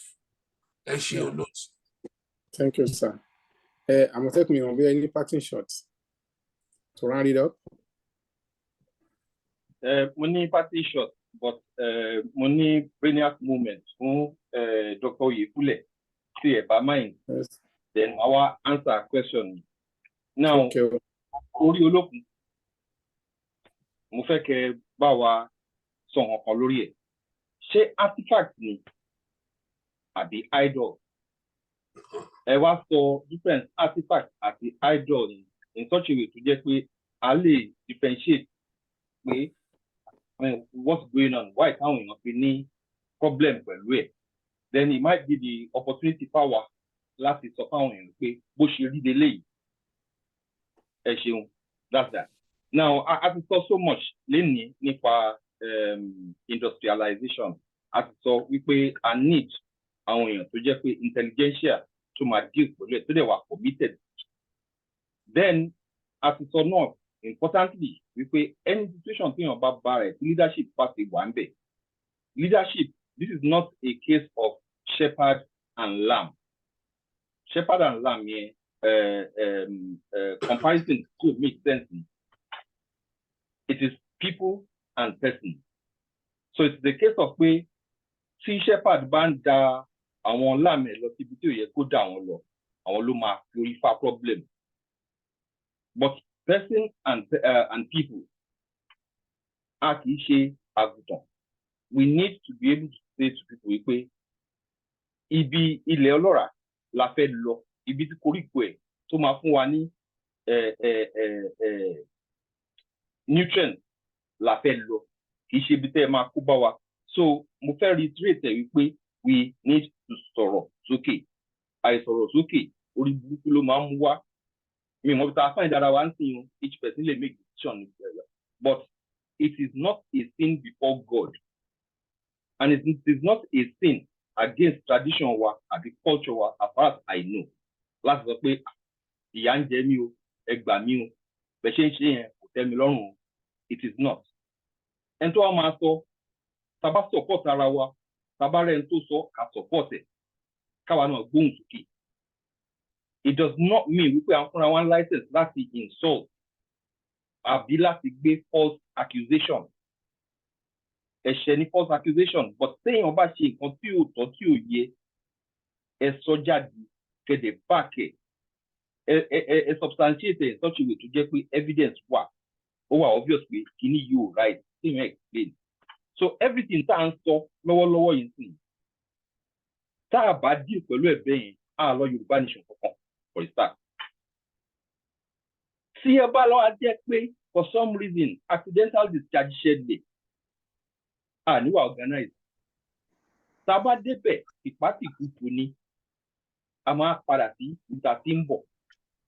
So nígbà ṣe wà yìí, ẹ jẹ́ kí gbogbo wa lọ ká lọ wí pé wa ni Ọlọ́run fún ní ohùn, wa ni Ọlọ́run fún ní ọpọlọ, wa ni Ọlọ́run dẹ̀ fún ní ẹ̀mí ìfẹ́, ká dẹ̀ lù positively for ká má ṣe. Ẹ ṣeun. Thank you so much. It has been a nice time discussing this issue of industrialization in Yoruba nation. Abala tó kù ni abala ìbéèrè. Àwọn panelists wa náà dẹ̀ ló máa dáhùn àwọn ìbéèrè yẹn. Tá bá rí àwọn tó bá fẹ́ béèrè ìbéèrè náà, àwọn tájọ ń ṣe ìpàdé. A ní ìṣẹ́jú kan láti béèrè ìbéèrè wa. So gẹ́gẹ́ bá ṣe máa ń ṣe, a máa ń yọwọ́ ẹ̀rọ sókè. So tá bá rẹni tó fẹ́ ìbéèrè tó fẹ́ béèrè, ẹ jẹ́ ká yọwọ́ ẹ̀rọ wa sókè kí àwọn panelists wa lè bá wa sọ̀rọ̀. Ẹ má bínú ẹ jẹ́. Ẹ tí jẹ́ kí answer question Àmọ̀tẹ́kùn o. Okay, sir. Please go ahead. Okay, thank you. Yes, Amotekun, thank you very much for that very brilliant question. Èmi gan-an mo ti ń come across that issue so many times. Tí wọ́n ní pé orí olókun, which is an artifact, which is something, an object to show our extreme workmanship. Àwọn èèyàn máa ń confuse ẹ̀ pẹ̀lú idol. Orí olókun ò ń ṣe idol. Idol ni an object to tí àwọn èèyàn máa ń fún ní extreme devotion because of the religious value tó wà nínú ẹ̀. Èmi ò rò pé anybody real religious value nínú orí olókun bí ó ṣe how our people had mastered the art of carving. So it's so precisely lifelike. Tí ẹ kọ́ anything tí àwọn Romans, tí àwọn Greek ṣe láyé àtijọ́, àwọn kan fẹ́ máa compare sí Greek carving. What are you talking about? And compare universities to primary school nìyẹn now. So orí olókun is an example of what a culture devoted to Omoluwabi and devoted to good workmanship to man produce. So let it be said now and let it go out to everybody. Orí olókun is not an idol. It never was meant to be an idol.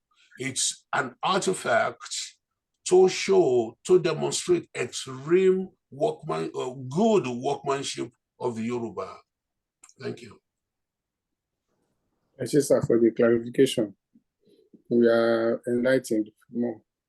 Ẹ ṣé sà fún clarification yẹn because mímí wà lára àwọn tó refuse láti fi sí orí DP mi because I think the mistake tí wọ́n ṣe tó jẹ́ káwọn èèyàn máa reject it.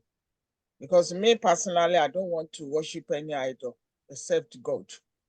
So ìgbà tí kíní ẹ̀ ṣe tó wáyé, there's a lot of controversy about it. Kíní Medusa object yẹn. Since Timothy nǹkan tó jẹ́ I stopped going into shop tán ti ń ta tea, tán ń ta coffee. Now I will not be part of it. I have a bag. Tó orí kíní ẹ̀ wà ń bẹ̀, mo dá gbogbo ẹ̀ sínú bin. Because I don't want to be part of that. So bẹ́ẹ̀ ṣe wá yànyànná ilé ìsìn. Mo feel pé a lot of people might understand that it's not an idol that people should worship. I think it's supposed to be explained. Kó tó di pé àwọn wọ́n gbé síta tí àwọn èèyàn fi ń reject it, táwọn èèyàn fi ń tó fi ń embrace it. Because a lot of people rejected it. Christian rejected it. Muslim rejected it. Àwọn oníṣẹ̀ṣe wọ́n embrace it. But they did not explain it to that it's got nothing to do with Ìṣẹ̀ṣe or with Christian or with Muslim. So ìgbà tí tó máa ń ní mi lára pé Sísáyẹ́misí change kíni barrister Odùmọ̀ṣù barrister Ògèdèngbé mo ní no, I'm not having it. I'm not putting it on my platform or my TP. So mo máa dífá fún yín gbẹ̀yìn ní Sísáyẹ́misí. Láyé kò yọ. Eléyìí tó yẹ kémi máa ṣe mo ti fún yín láyé as a brother ẹ máa ṣe lọ ẹ má wọ̀rọ̀. Ọ̀rọ̀ ìkíní ni pé Ọ̀rúnmìlà ọ̀run ló mẹ́ni tó máa là. Correct. Ẹ ṣeun. Thank you. Tabarẹ́ni tó ní ìbéèrè ẹ jẹ́ ká béèrè. Ó dàpọ̀ àmì fẹ́ béèrè kankan lẹ́ẹ̀kan yìí. Àmọ̀tẹ́kùn fẹ́ béèrè question.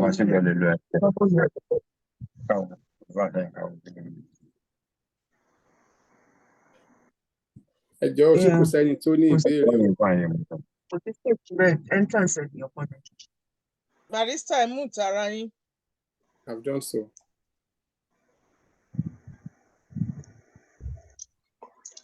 Ìbéèrè kí ló pàyà Ìjẹ̀bú ìbéèrè. That means pé ó ti pẹ́ tí àwọn ìyá Ìjẹ̀bú ti ní curiosity.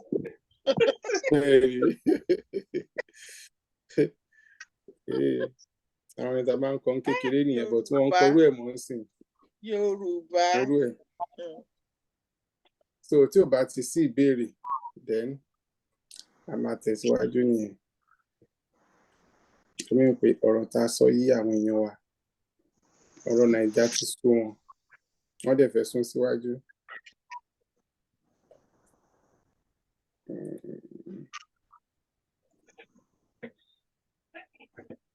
Okay. Ọgbọ́dọ̀ sú wa o. Àbí o, kò gbọ́dọ̀ sú wa o. Okay. Tí ò bá ti sí ìbéèrè, a máa mú ìpàdé wá sópin nìyẹn. Màá pe ọ̀gbẹ́ni Kọ́ládé Thomas kí wọ́n wá fún wa ní vote of thanks.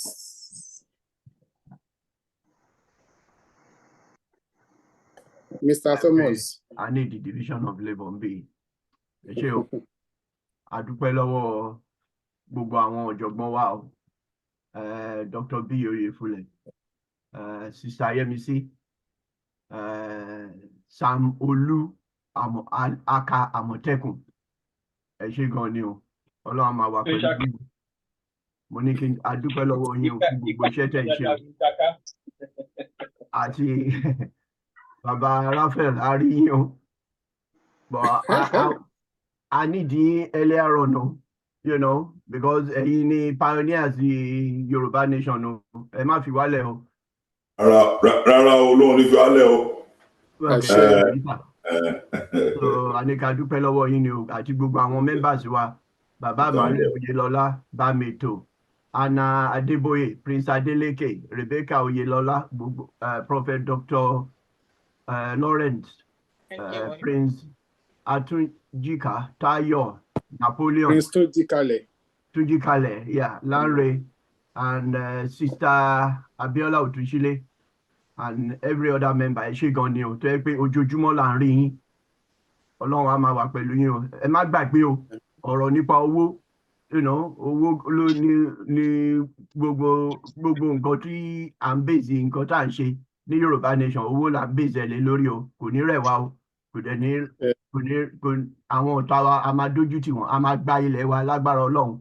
Ẹ ṣé gan ni o, a máa retí yín ní ọ̀sẹ̀ tó ń bọ̀ lágbára Ọlọ́run. Ìpàdé wa bí oyin o, ó dàbọ̀ o. Wọ́n ṣe o, kí mi náà kí n borrow Ìjẹ̀bú language, wọ́n ṣe o. Àdọ́pẹ́ o. Ẹ ṣé ẹ kú ètò o. Ó dàbọ̀. Ó dìgbà o. Bye. Barrister fún wa ní national anthem o.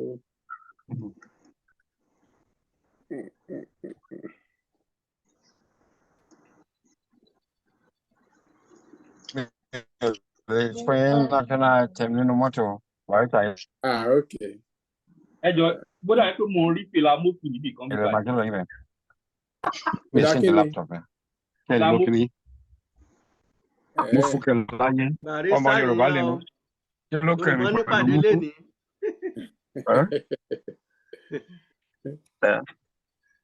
Gbógun gbòòrò. Yes, sir. Mo ní sẹ́ nípàdé fìlà yín náà ń sọ nípa ẹ̀. Mo represent ìlú mi ni o. Ìpẹ̀lẹ́ kéré. Ṣé palace lẹ́ ń lọ yẹn ni àbí ẹ fẹ́ lọ bá Àwùjalẹ̀ ṣe 98? Ìpẹ̀lẹ́ kéré. Nǹkan tó à ń ṣe náà nìyẹn. Ẹ ṣé àwọn. I wish Ìjẹ̀bú monarch ní happy birthday o. Àbí o. Wọ́n á sì pẹ́ fún wa o. Àmì ò àṣẹ o. Àṣẹ o. Àti Sister Marquis, happy birthday to you.